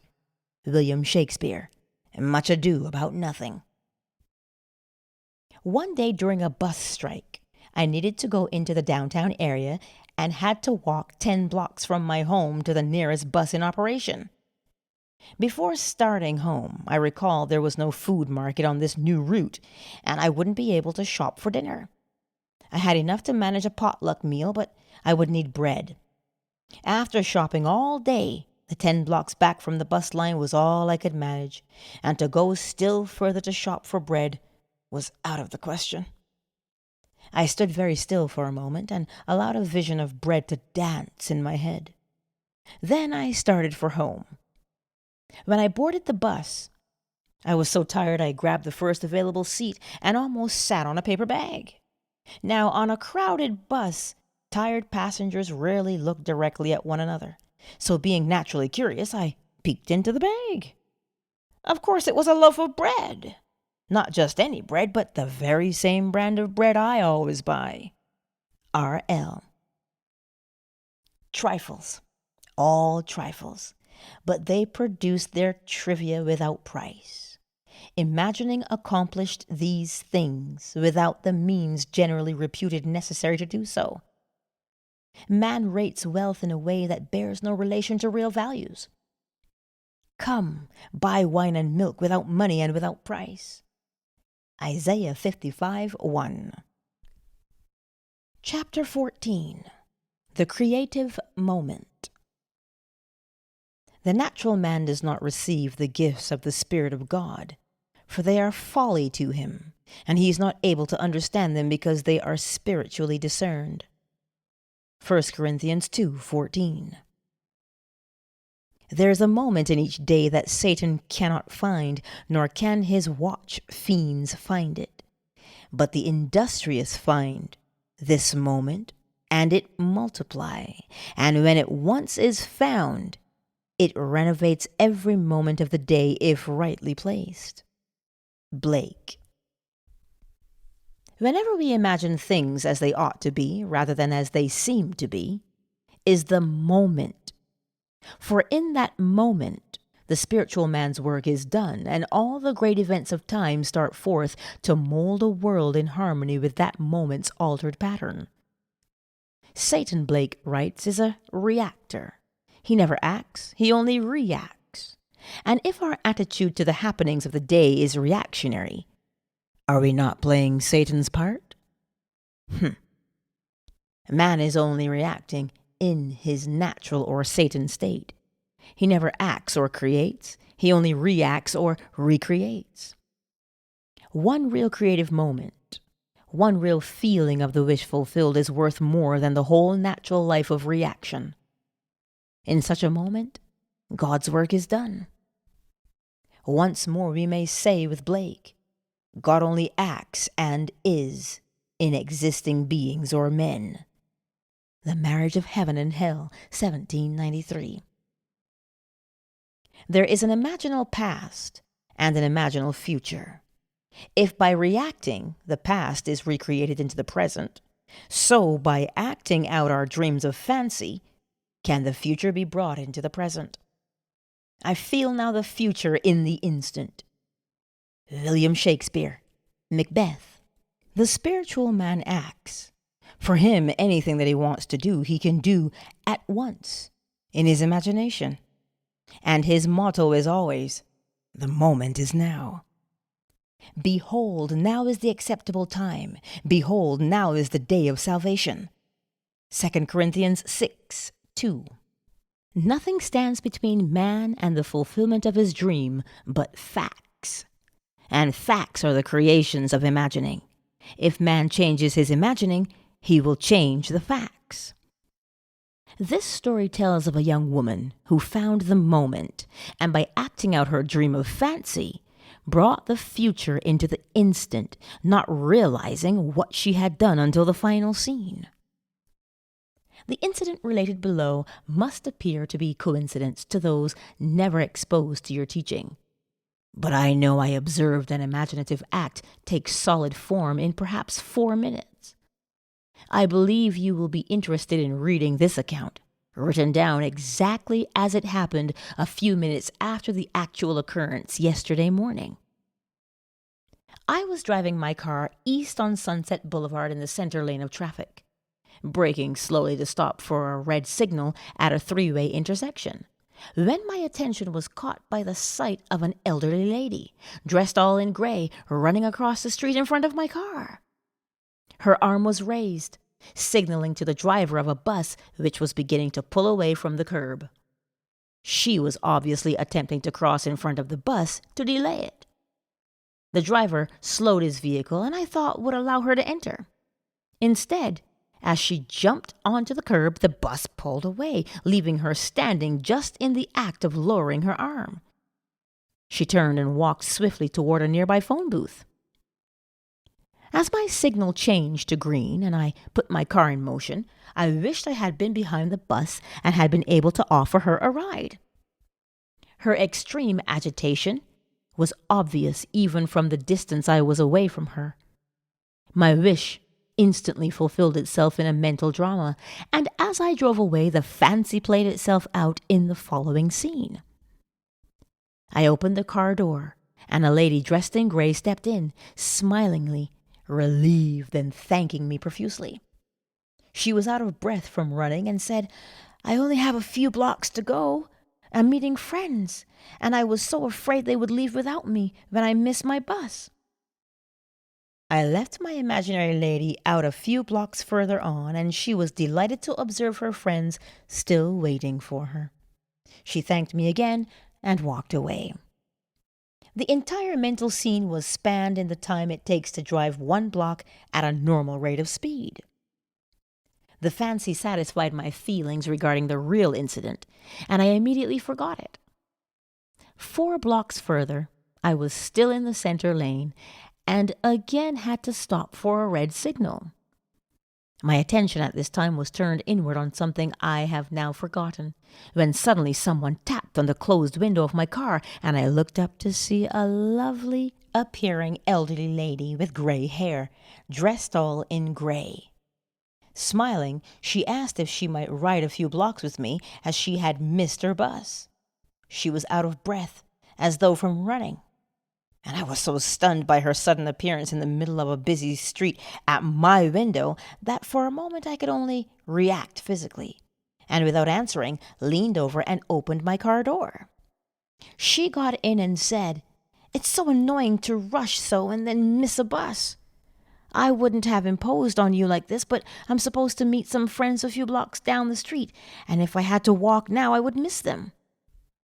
6 blocks further on, she exclaimed, "Oh, good! They're still waiting for me." I let her out, and she thanked me again and walked away. I'm afraid I drove to my own destination by automatic reflex, for I had fully recognized that I had just observed a waking dream take form in physical action.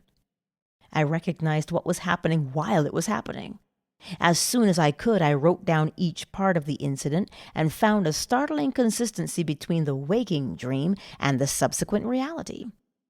Both women were elderly, gracious in manner, dressed all in gray, and out of breath from hurrying to catch a bus and missing it.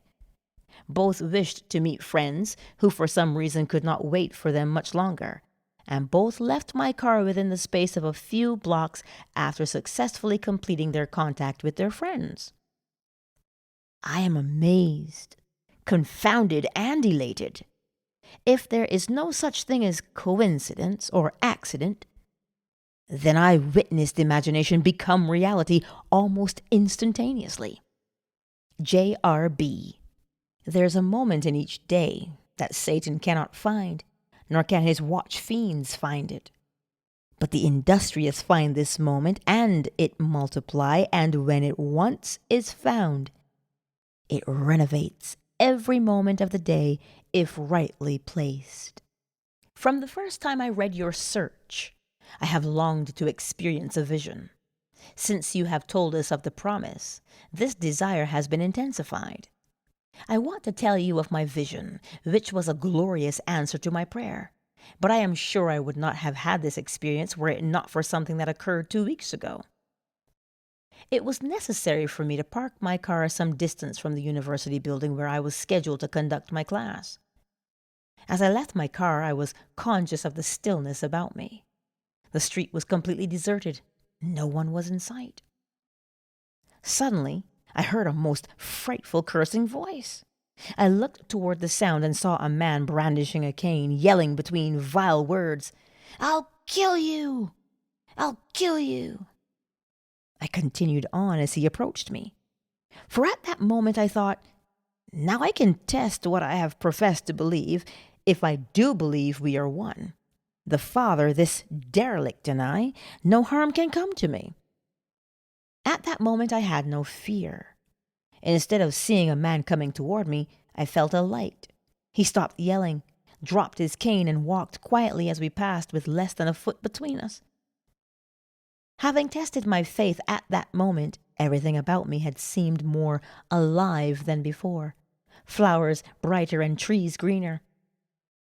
I have had a sense of peace and the oneness of life I had not known before. Last Friday, I drove to our country home.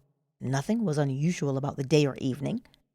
I worked on a manuscript and, not being tired, did not try to fall off to sleep until around 2 the following morning.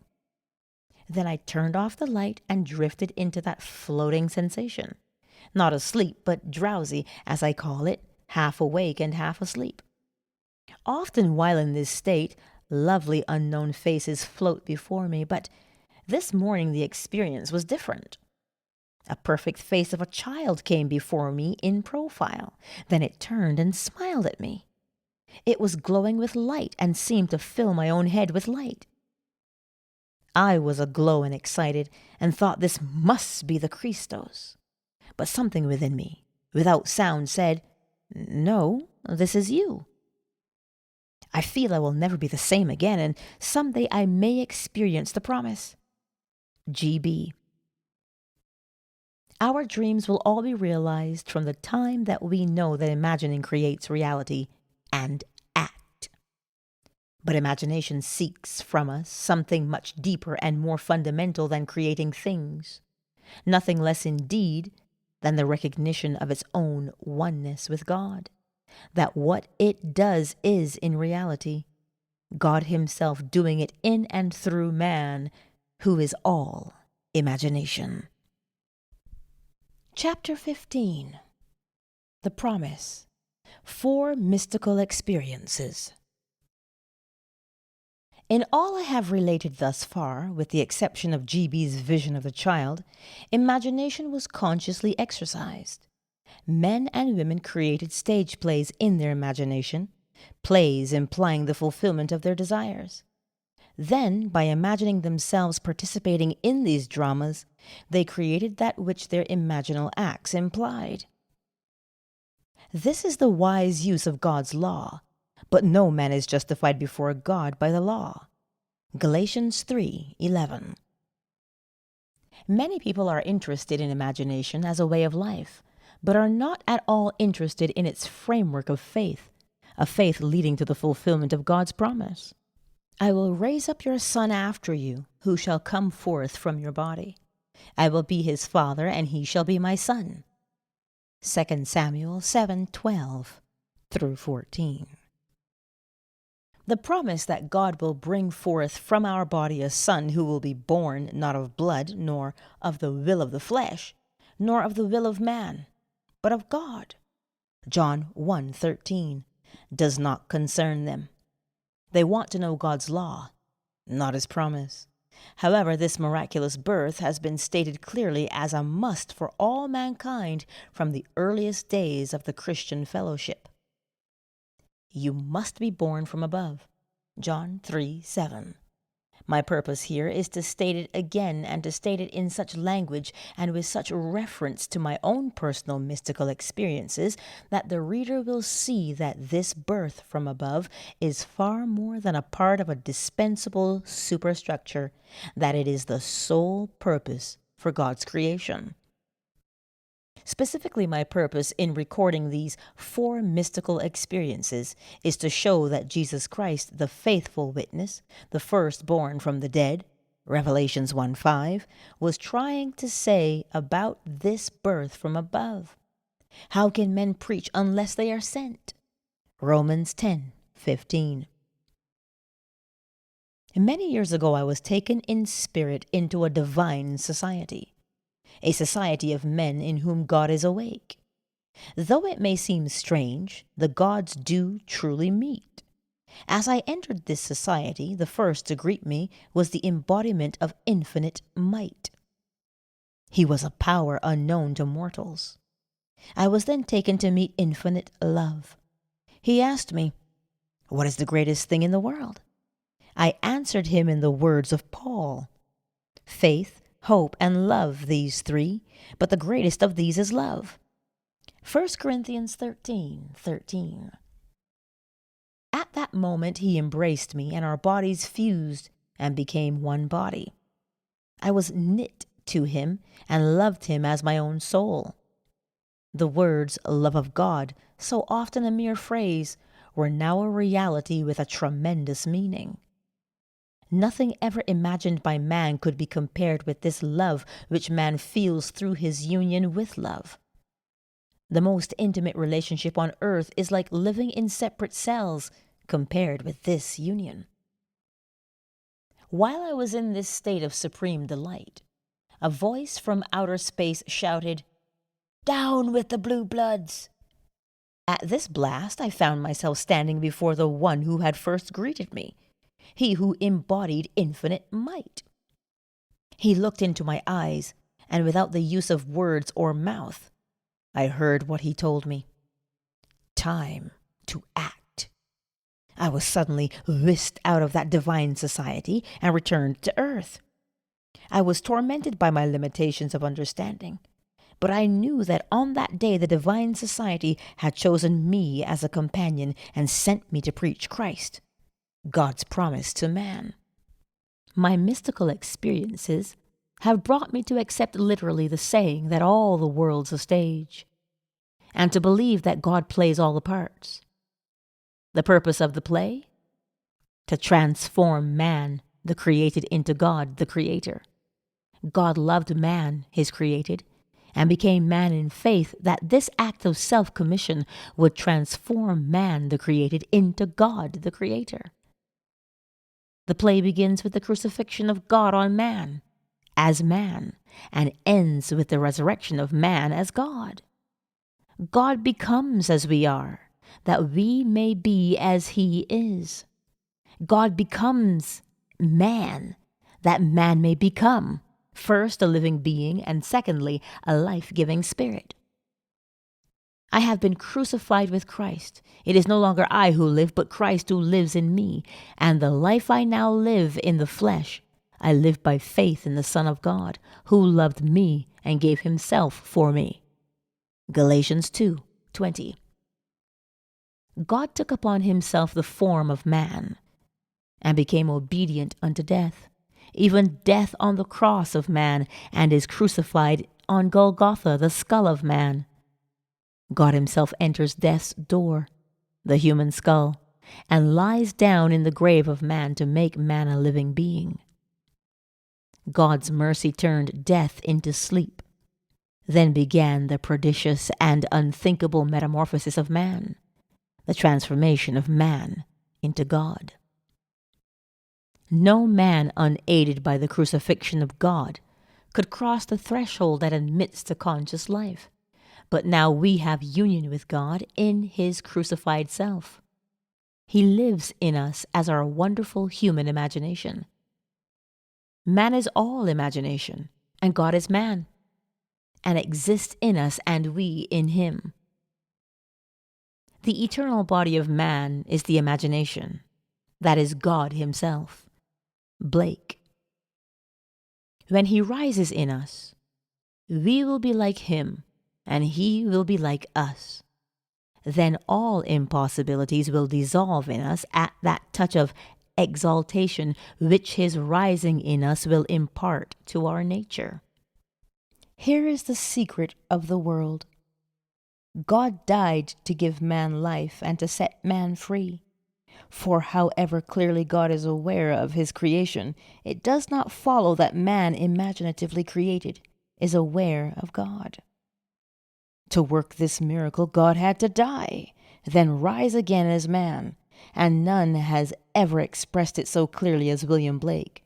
Blake says, or rather has Jesus say, "Unless I die, thou canst not live. But if I die, I shall rise again, and thou with me. Wouldst thou love me, one who never died for thee, or ever die for one who had not died for thee?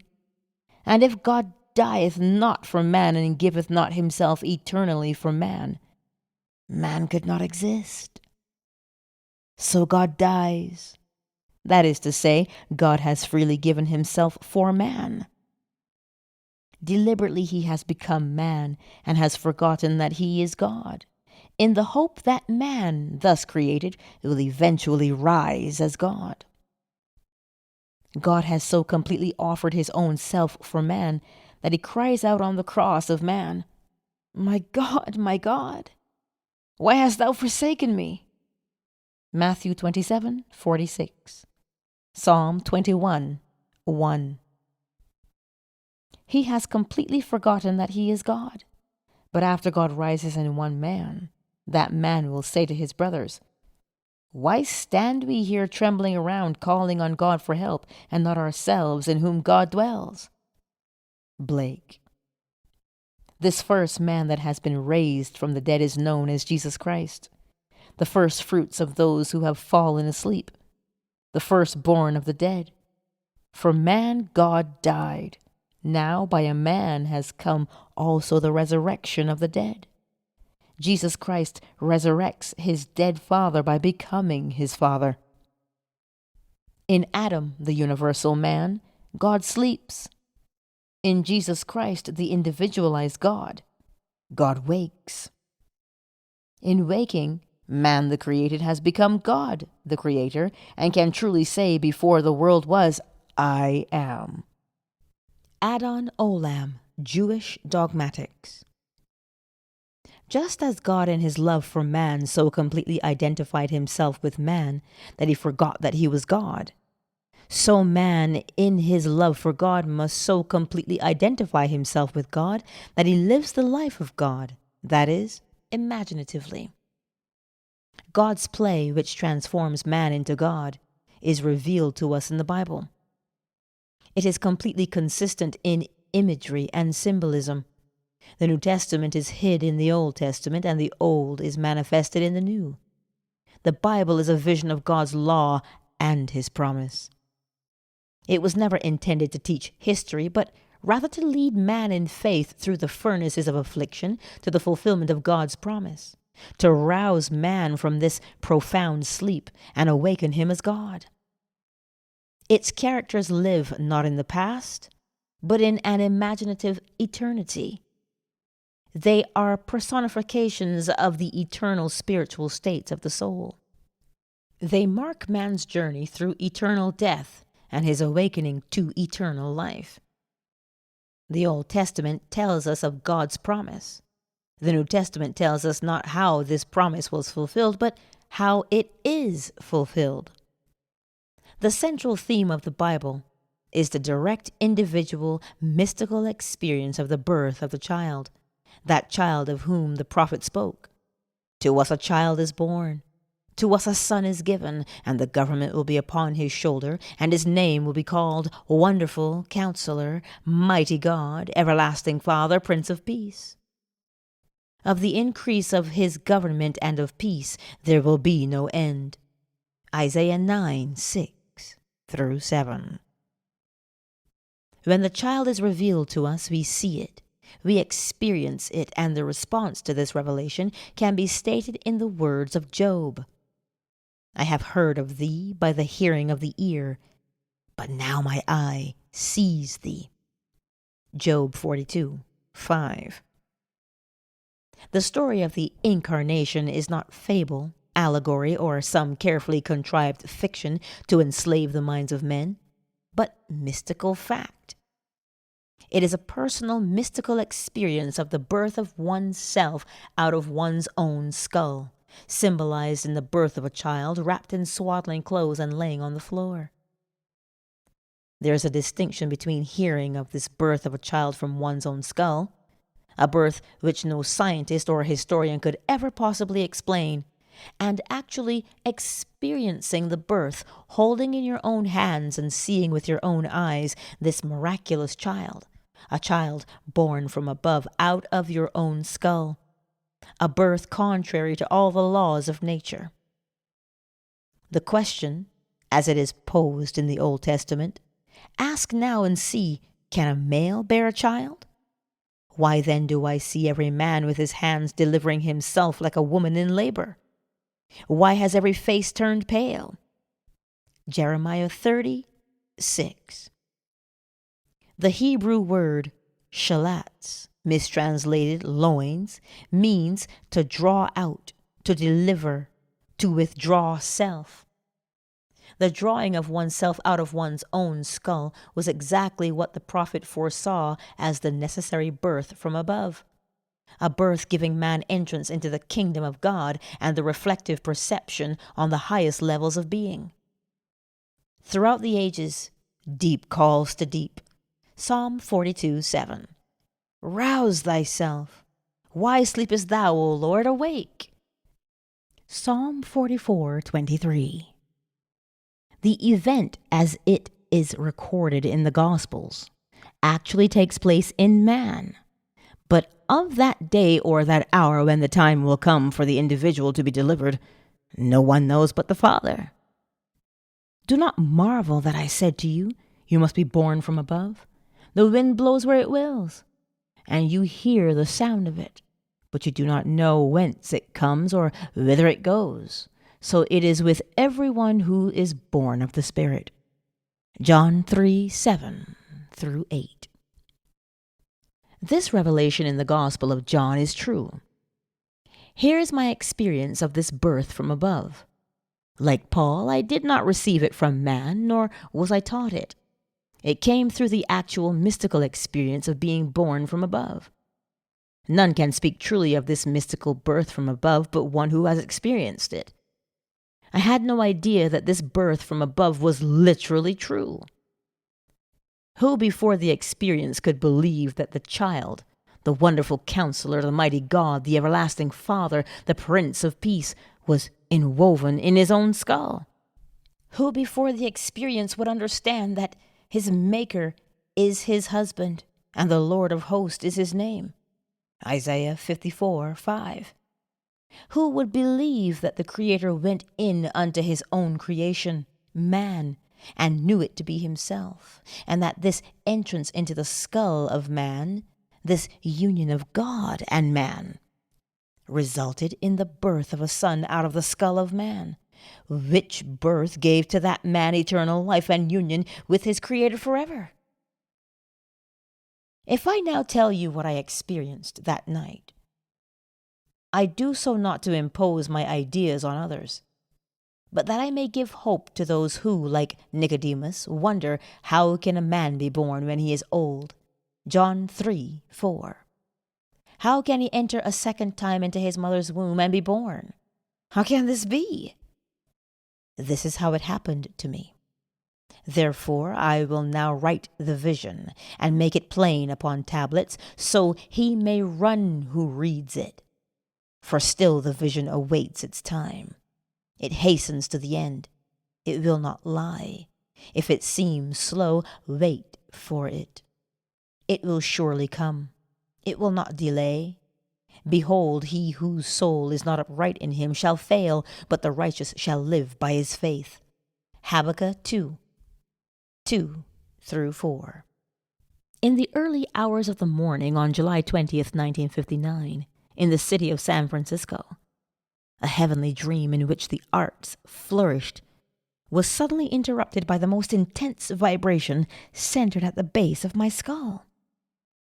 Then a drama, as real as those I experience when I am fully awake, began to unfold. I awoke from a dream to find myself completely entombed within my skull.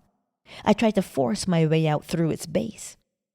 Something gave way, and I felt myself move head downward through the base of my skull. I squeezed myself out inch by inch.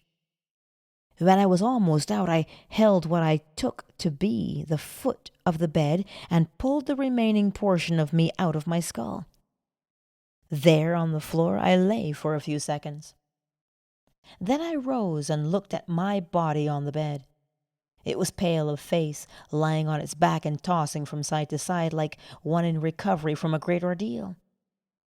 As I contemplated it, hoping that it would not fall off the bed, I became aware that the vibration which started the whole drama was not only in my head, but now was also coming from the corner of the room. As I looked over to that corner, I wondered if that vibration could be caused by a very high wind, a wind strong enough to vibrate the window. I did not realize that the vibration which I still felt within my head was related to that which seemed to be coming from the corner of the room. Looking back to the bed, I discovered that my body was gone, but in its place sat my 3 older brothers. My oldest brother sat where the head was. My second and third brothers sat where the feet were. None seemed to be aware of me, although I was aware of them and could discern their thoughts. I suddenly became aware of the reality of my own invisibility. I noticed that they too were disturbed by the vibration coming from the corner of the room. My third brother was the most disturbed and went over to investigate the cause of the disturbance. His attention was attracted by something on the floor, and looking down, he announced, "It's Neville's baby." My other 2 brothers, in most incredulous voices, asked, "How can Neville have a baby?" My brother lifted the infant wrapped in swaddling clothes and laid him on the bed. I then, with my invisible hands, lifted the babe and asked him, "How is my sweetheart?" He looked into my eyes and smiled, and I awoke in this world to ponder this greatest of my many mystical experiences. Tennyson has a description of death as a warrior, a skeleton high on a night-black horse, issuing forth at midnight. But when Garrett's sword cut through the skull, there was in it the bright face of a blooming boy, fresh as a flower newborn. Idylls of the King. 2 other visions I will tell, because they bear out the truth of my assertion that the Bible is mystical fact, that everything written about the promised child in the law of Moses and the prophets and the Psalms must be mystically experienced in the imagination of the individual. The child's birth is a sign and a portent signaling the resurrection of David, the Lord's anointed, of whom he said, "You are my son. Today I have begotten you." Psalm 2:7. 5 months after the birth of the child, on the morning of December 6, 1959, in the city of Los Angeles, a vibration similar to the one which preceded his birth started in my head. This time its intensity was centered at the top of my head. Then came a sudden explosion, and I found myself in a modestly furnished room. There, leaning against the side of an open door, was my son David of biblical fame. He was a lad in his early teens. What struck me forcibly about him was the unusual beauty of his face and figure. He was, as he is described in the first book of Samuel, ruddy with beautiful eyes and very handsome. Samuel 16:12, 17:42. Not for one moment did I feel myself to be anyone other than who I am now. Yet I knew that this lad David was my son, and he knew that I was his father, for the wisdom from above is without uncertainty.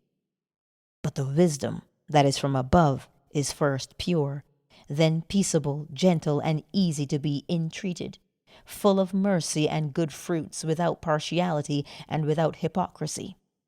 James 3:17. As I sat there contemplating the beauty of my son, the vision faded, and I awoke.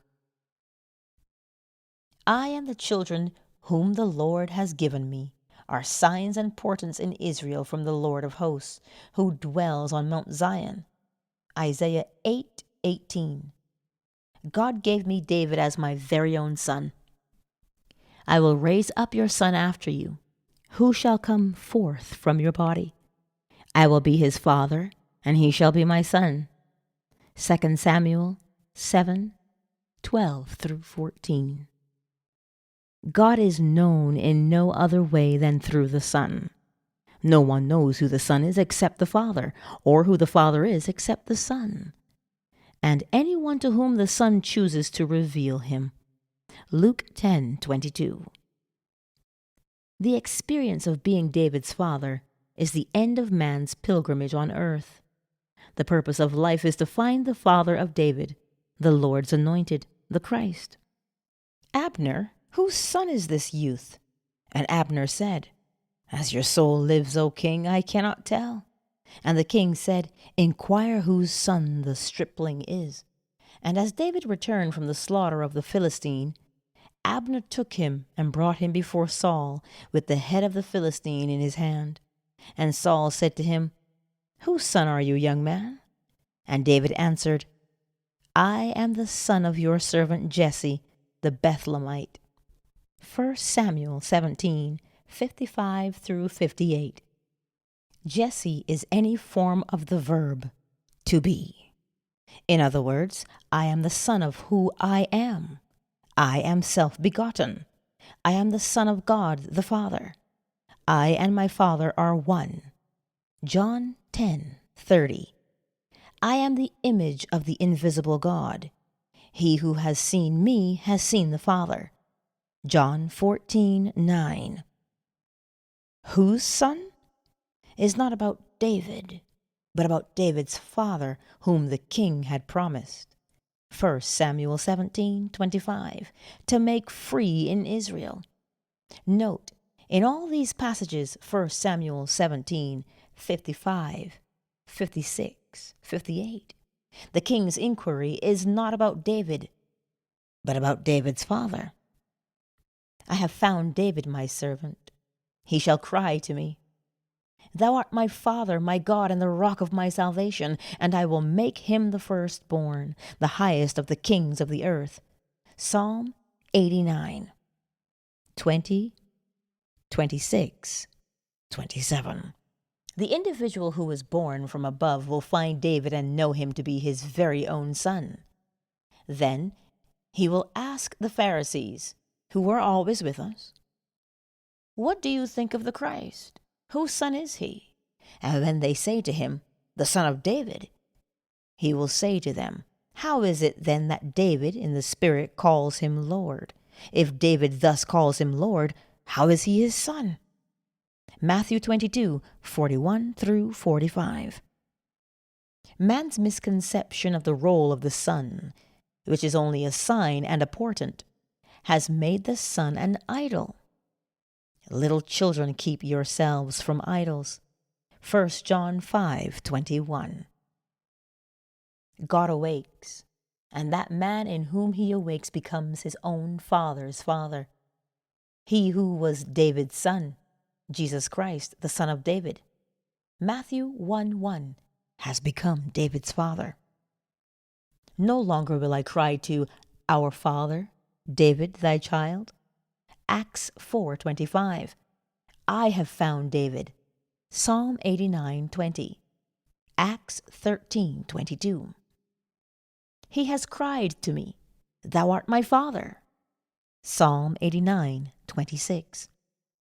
Now I know myself to be one of the Elohim, the God who became man, that man may become God. Great indeed, we confess, is the mystery of our religion. 1 Timothy 3:16. If the Bible were history, it would not be a mystery. Wait for the promise of the Father. Acts 1:4. That is for David, God's son, who will reveal you as the Father. This promise, says Jesus, you heard from me. Luke 24:44. And to its fulfillment at that moment in time when it pleases God to give you his Son as your offspring, which is Christ. Galatians 3:16. A figure of speech is used for the promise of calling attention to, emphasizing and intensifying the reality of the literal sense. The truth is literal. The words used are figurative. The curtain of a temple was torn in two from top to bottom, and the earth shook, and the rocks were split. Matthew 27:51. On the morning of April 8th, 1960, 4 months after it was revealed to me that I am David's father, a bolt of lightning out of my skull split me in two from the top of my skull to the base of my spine. I was cleft as though I were a tree that had been struck by lightning. Then I felt and saw myself as a golden liquid light moving up my spine in a serpentine motion. As I entered my skull, it vibrated like an earthquake. Every word of God proves true. He is a shield to those who take refuge in him.